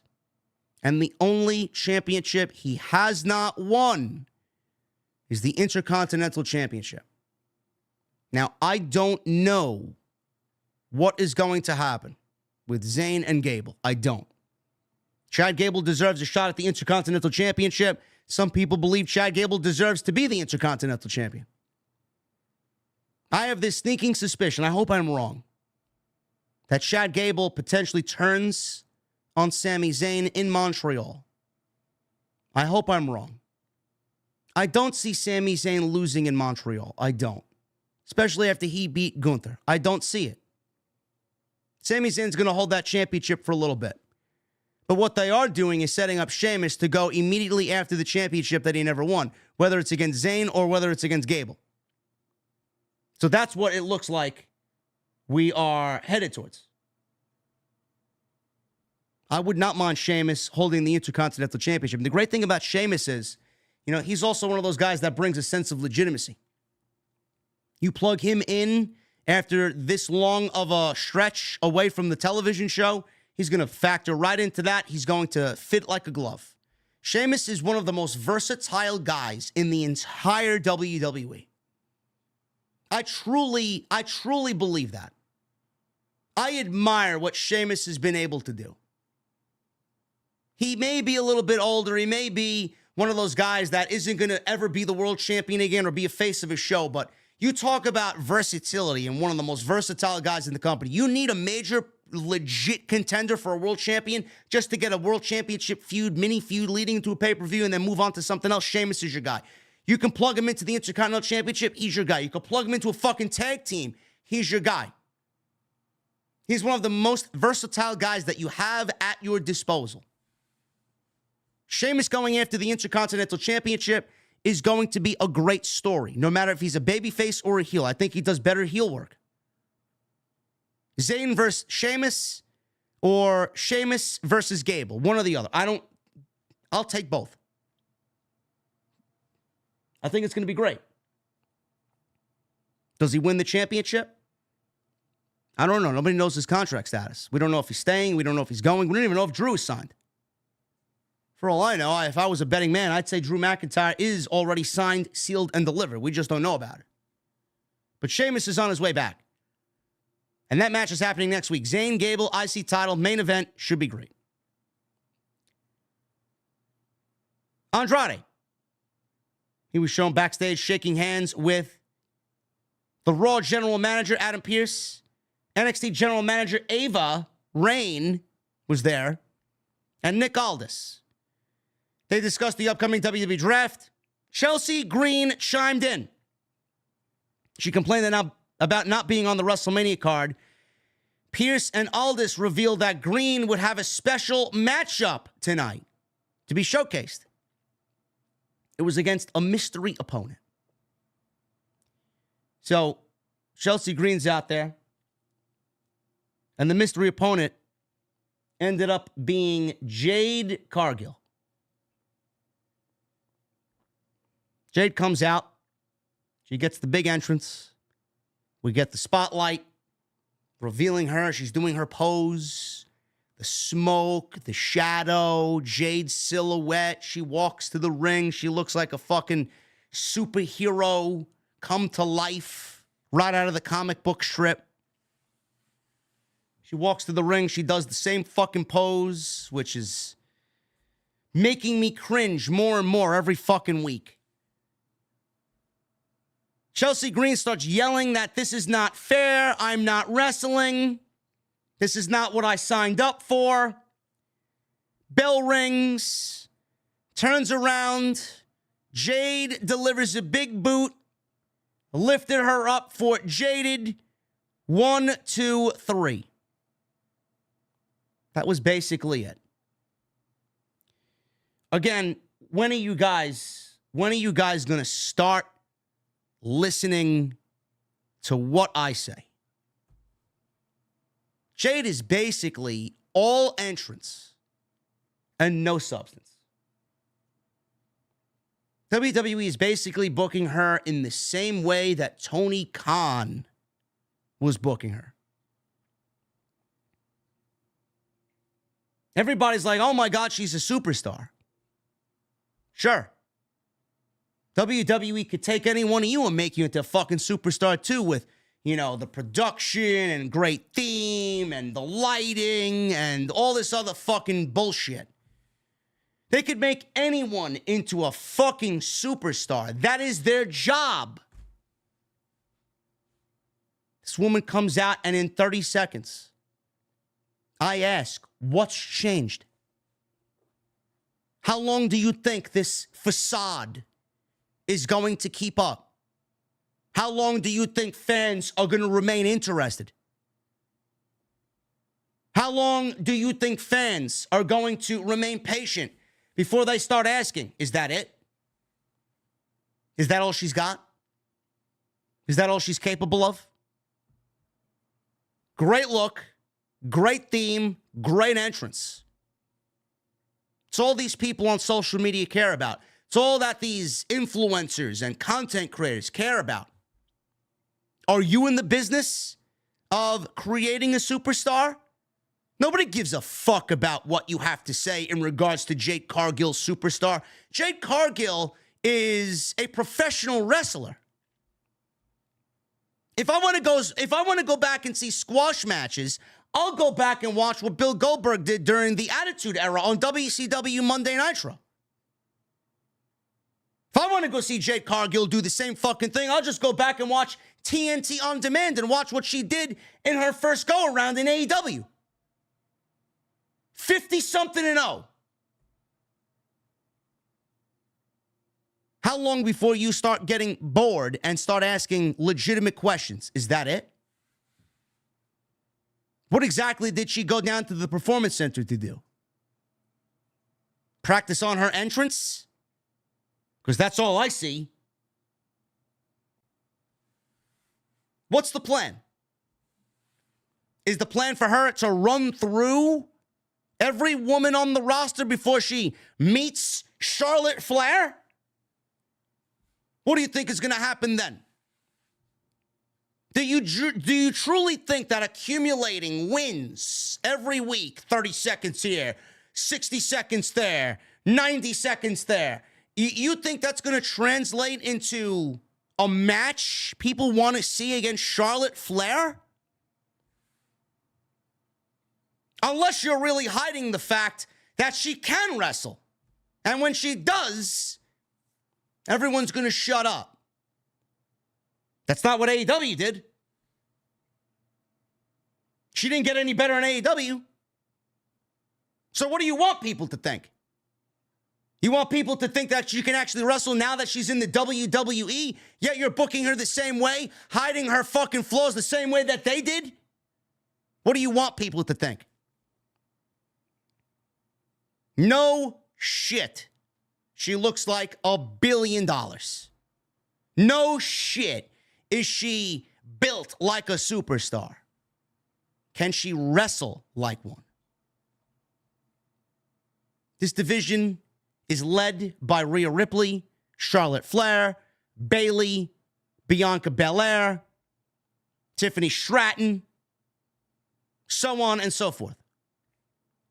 If your plan is to get Jade in the ring with any one of these women, she's going to need to do that one thing that WWE has concealed up until this point, and that is wrestle. Which I'm guaranteeing you she can't do.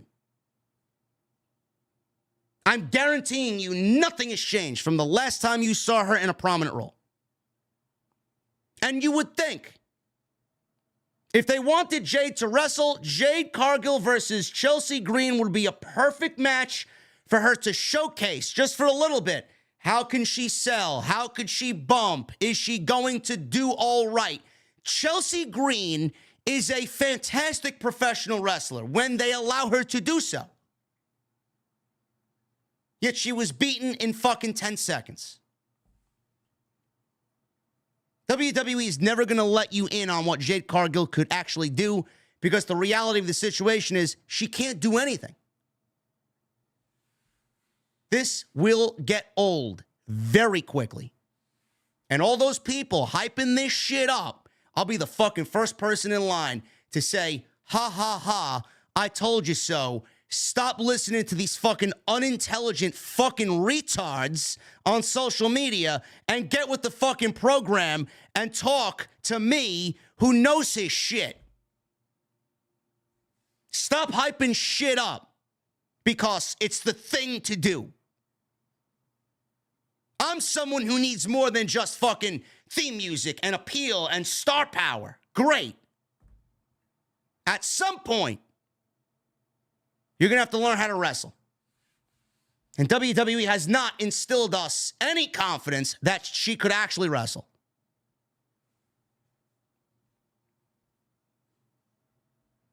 Sami Zayn.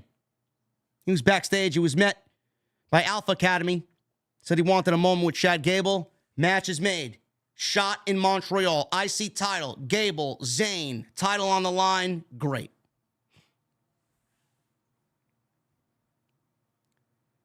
Drew McIntyre. He walks on out. Main event time. McIntyre's got a lot to say. He's angry. Drew McIntyre gets into the ring and says, cut the music. He said what happened last night was complete and utter bullshit. Says his moment lasted 5 minutes and 46 seconds. Who's counting? Some of you think that's funny. He says it's 5 minutes longer than most of you could last in bed.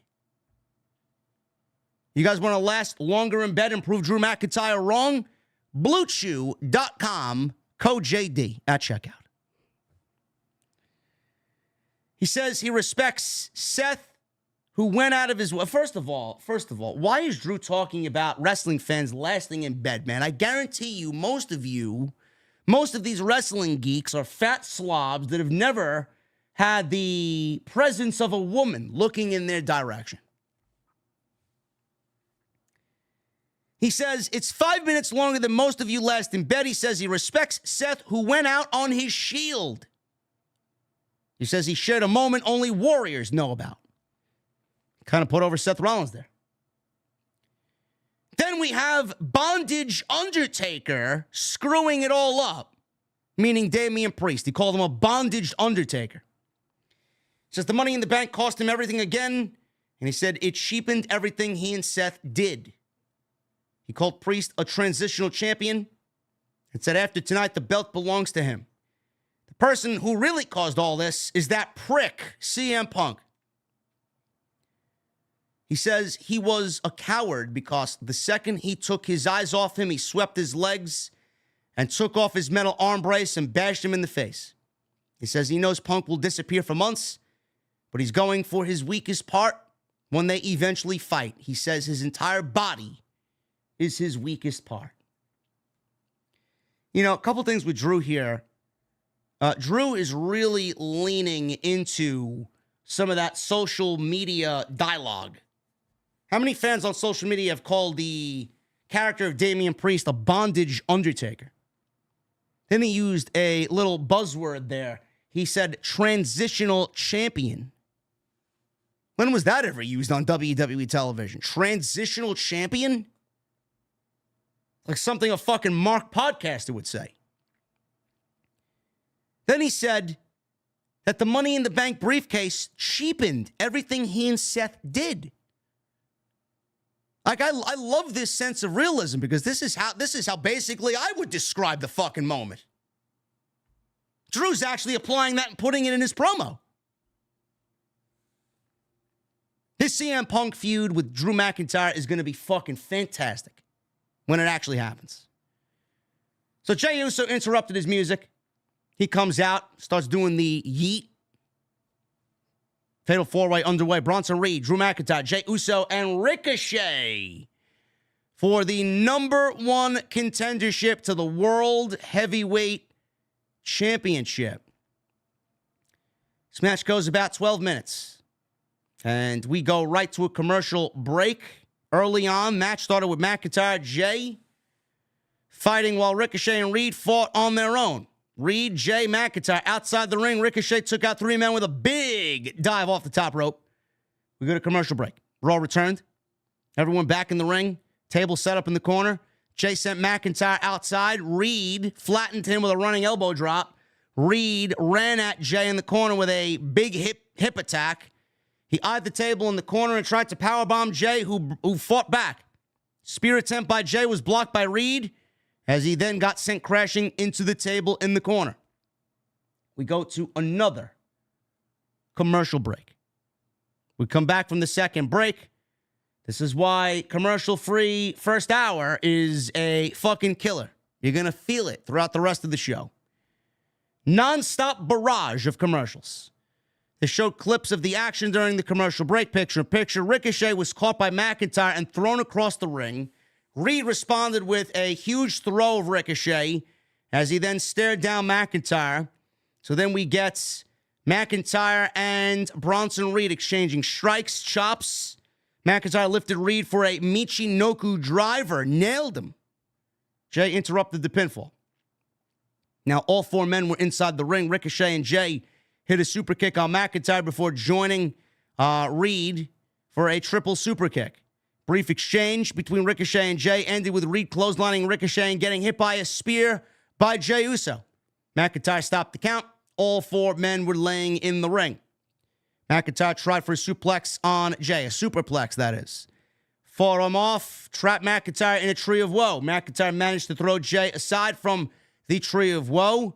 Typical McIntyre spot. Reed hit a buckle bomb on McIntyre. Reed tried to go for the top rope. McIntyre intercepted him. Reed leapt with a senton on McIntyre before clearing the Spanish announce table.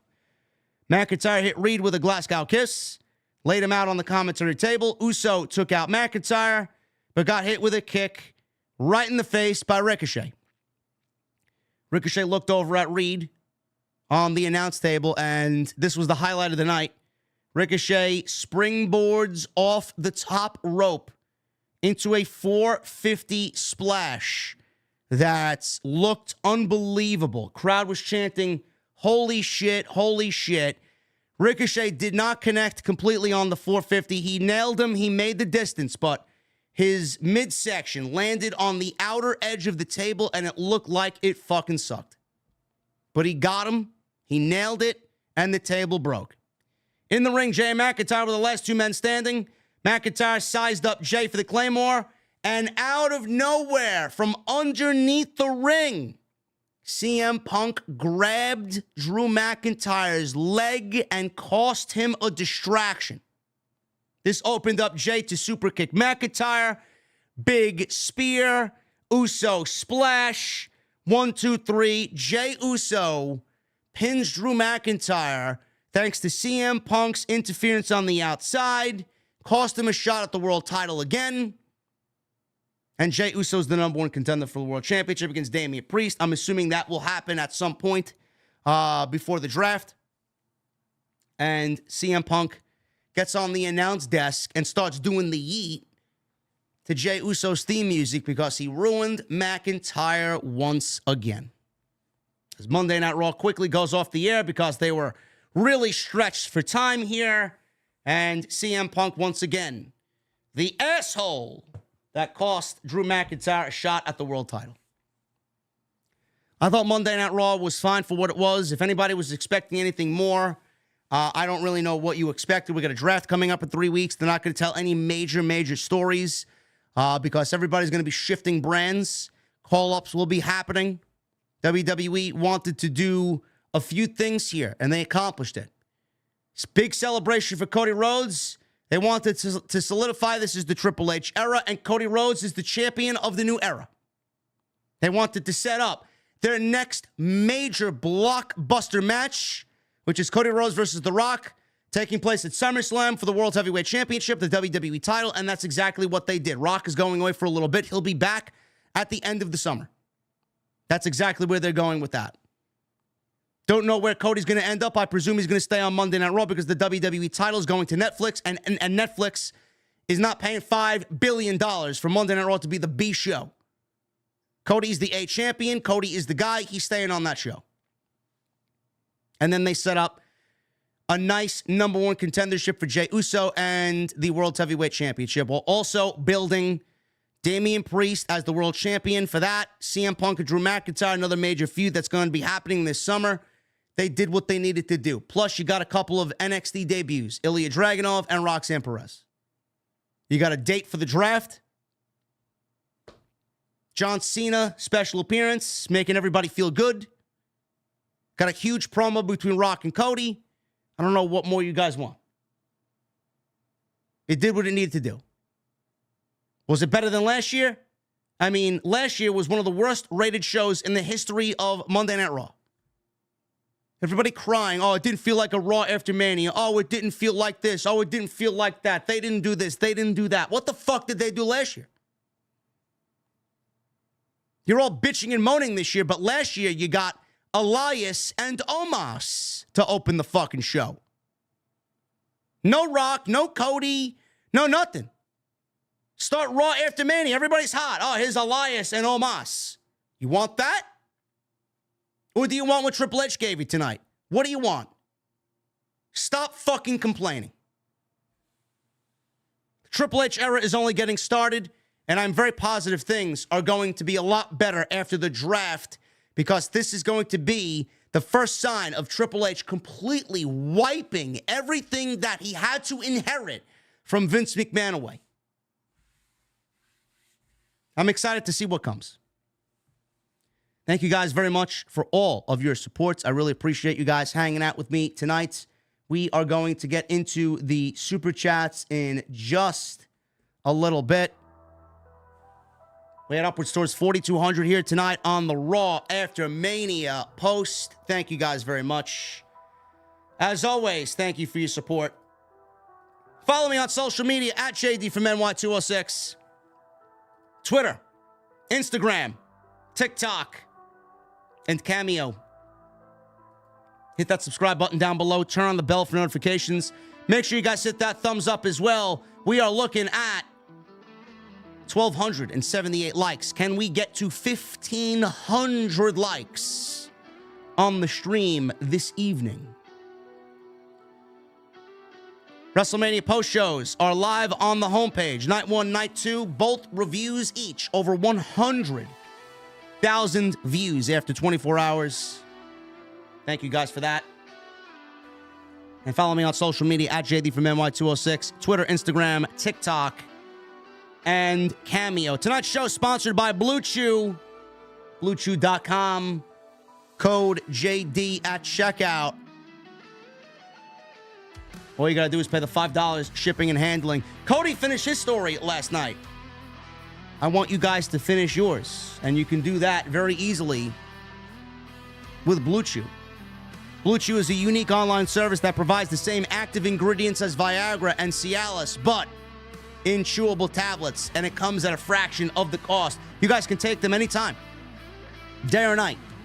Be ready when that opportunity arises. You want to be the final boss? Blue Chew is how you do that. Process is very simple, guys. Sign up at BlueChew.com. Consult with one of their online medical providers. They're licensed medical providers, and once you are approved, you're going to receive your prescription within days. No questions asked. No waiting in line at a doctor's office. No waiting in line at a pharmacy. No awkward conversations. Everything is easy, and it's all done and shipped directly to you in a very discreet package.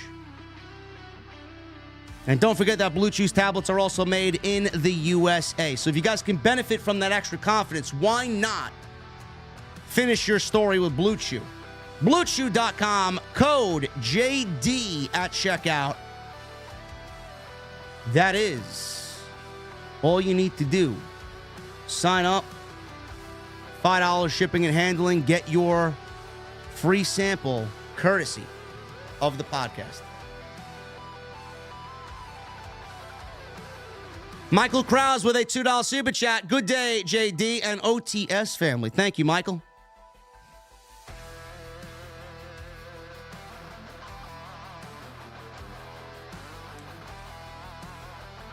MGM 97 with a $4.99. Need you in I'm a Paul Levesque guy t-shirt on WWE Shop for the Trolls. And I hope I can meet you and Drew in Minnesota next year. I didn't know that was a shirt being sold. I may have to pick one of those up. Fix us a bind with a $5 super chat. Cody said, you can hold mine as I can hold yours. And I thought that's what he said. There might have been some symbolism there, as Cody wants The Rock to understand that he is now the people's champion. But I don't like Cody willingly giving up his championship no matter what. You just won it. Don't give him the satisfaction of holding your championship. He did nothing to earn it. Jamel Turney with a $4.99. JD, what's your spot of the weekend? Mine was Sammy dropping Gunther on his head legit had me worried. My spot of the weekend was The Undertaker's gong going off. Just love the reaction the crowd had. Also, said they turned Chelsea Green into a jobber. That's basically what she is. Jamel with another $4.99. AEW fans on X complaining about Cody and Rock going 46 minutes is pretty weird to me. Well, AEW fans usually have the fucking IQ of an eggplant, so it is what it is. Some WWE fans are not better or any better. Tony Brown with a $4.99. I fought to stay awake for this mid-show, JD. I'm just here for you. Thank you, Tony Brown. I didn't think it was a relatively strong show, but I thought it was okay. Vinny with a $4.99. Letdown of a show. I'm sure it'll be fine going forward, but this show was not it. Seemed like a run-of-the-mill Raw. Jade and Cena are not a surprise. Jamel Turney with a $1.99. I hope Greg Hamilton can make a return Sunday. I don't care about Greg Hamilton. I don't think anybody really is asking for that. Jamel?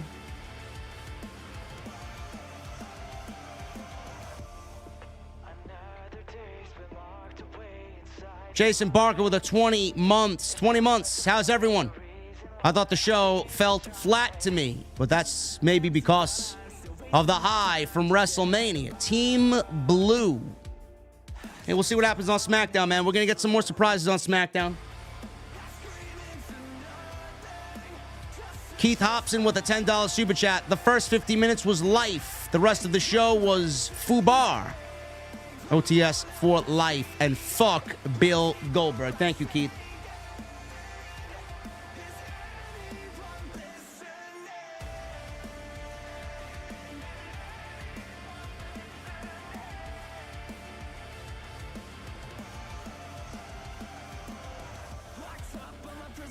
Heisenberg with a $6.99.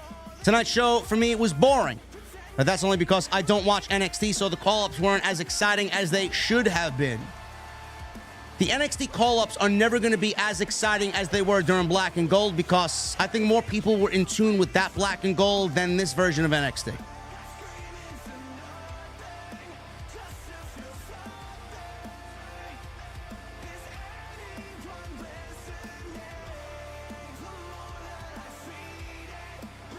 Krauser with a $2 super chat. So The Rock is acting fruity now. Fruity Pebbles.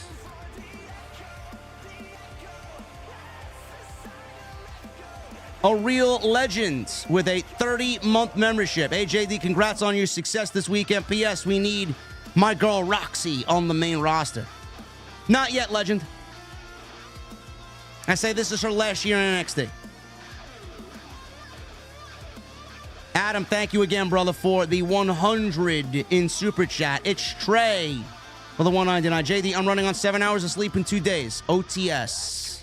Brother, get some sleep. Because I know as soon as I get this up and on iTunes, I'm going to bed. Krauser with a $2 Super Chat. Come get your IC title, fella. That's exactly what he's going after. Tribal Chief with a $2 Super Chat. Congrats on the views, pal. OTS for life. JD, you rule. Tribal Chief, I acknowledge you, bro. Jefferson with a 17 months. What NXT superstars do you think will be drafted and who do you think will go down from the main roster? I don't know who's going to go down. I see a lot of people saying Nakamura should go down. Cedric Alexander's another one. Ashante Adonis, another one. Get them off the main roster, put them on NXT, and make them a tag team down there. Let them flourish down there. Who do I say getting called up? I would say Ilya and Carmelo Hayes, and that's it.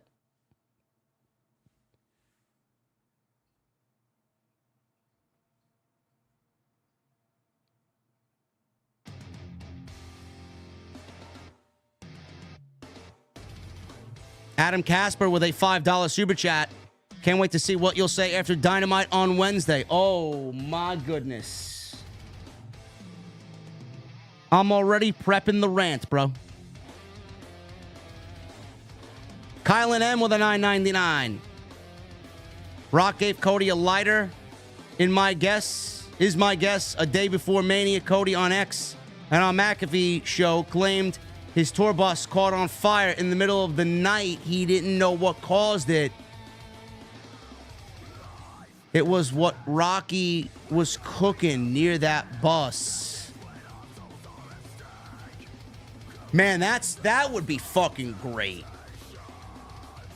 That would be great. Kylan, comment of the night, brother.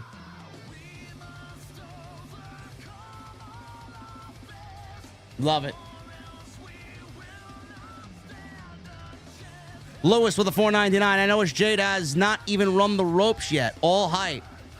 Yeah. It's crazy. She doesn't even run the ropes yet. The Bastard with a $4.99. Last year, Raw after Mania, Vince gave us Omos vs. Elias to kick it off. This year, Triple H gave us Ilja.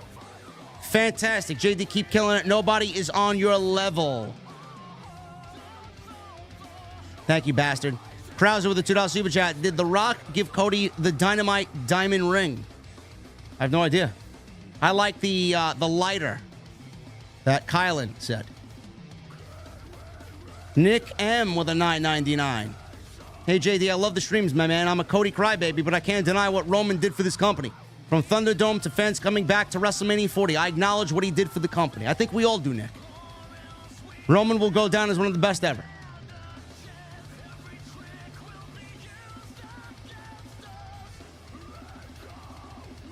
Michael with a $2 super chat. We all thank you, JD. You are the best, my friend. Thank you, Michael.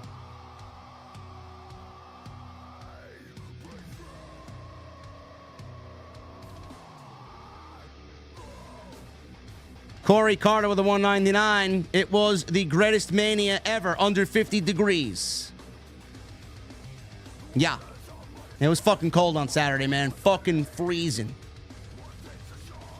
Part of the reason why I'm a little under the weather myself. Krauser with a $2 super chat. Love the Uncle Howdy glitch in Bronson's promo. Willie Teague with a $2 super chat. Samantha Irvin is great. Samantha is great, but she's not the greatest ring announcer of all time. Absolutely not. Howard Finkel is the greatest ring announcer of all time. Let's be real. Samantha's great, but she's not the Fink. Ball Python with a $5 super chat. Maybe The Rock and him looked at each other's belts, and it will be belt for his belt. Cody wins and then becomes the People's Champion. I could see it. I think there was some sort of symbolism there regardless.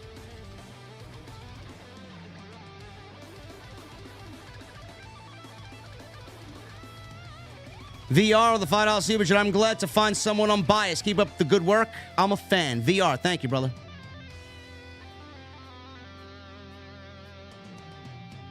Little Willie, $9.99.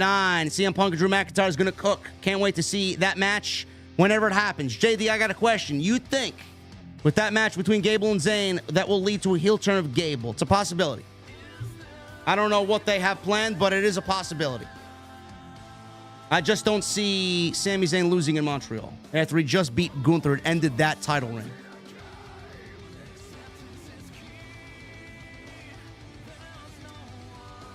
Hunter's Hybrid Media, $5 super chat. If you were a wrestler, what would your finisher be? What would you call it? Mine would be a second row blood drop called the short stack, because I'm fat. Probably some variation of the RKO, or I've always admired Baron Corbin's finish, the End of Days. I don't know what I'd call it.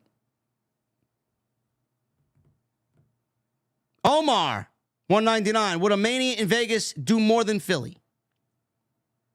It would probably be a lot warmer. Vegas is going to get 42 from my understanding.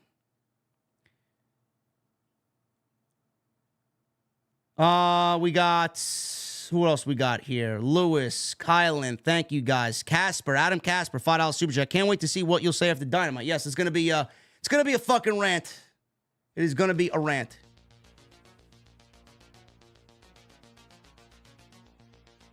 Dreamville with a $4.99. Is this the widest the gap has ever gotten between WWE and AEW? Yeah. Big time. Even when the situation was reversed with AEW on the top, the gap wasn't this much. Well, until AEW fucking understands the criticisms and applies the fixes to those criticisms, the gap is only continuing to get larger and larger.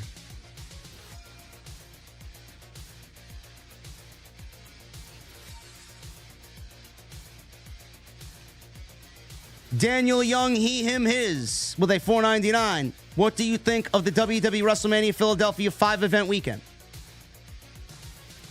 I had a great time in Philly.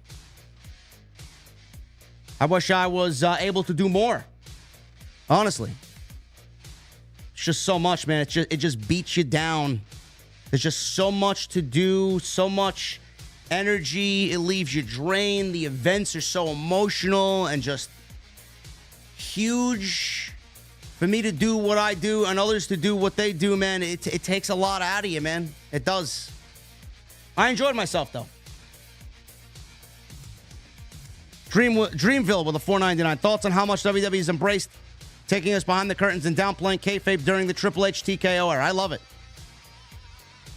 The one thing that I always had a problem with WWE was that they were always so controlled. They controlled every aspect of it. It's almost as if they want to make it feel like a real sports-like presentation. They want to give you a glimpse into what's going on, while also being very controlling about their product. They don't want to reveal too much. The camera angles have been great. The presentation's been great. The commentary's been a lot looser. I like it. Prodigy Freebird with a $4.99 question. What do I have to do to become a mod in the chat? For the better part of 10 years? Most nice. I've been in here. Just thought I'd ask.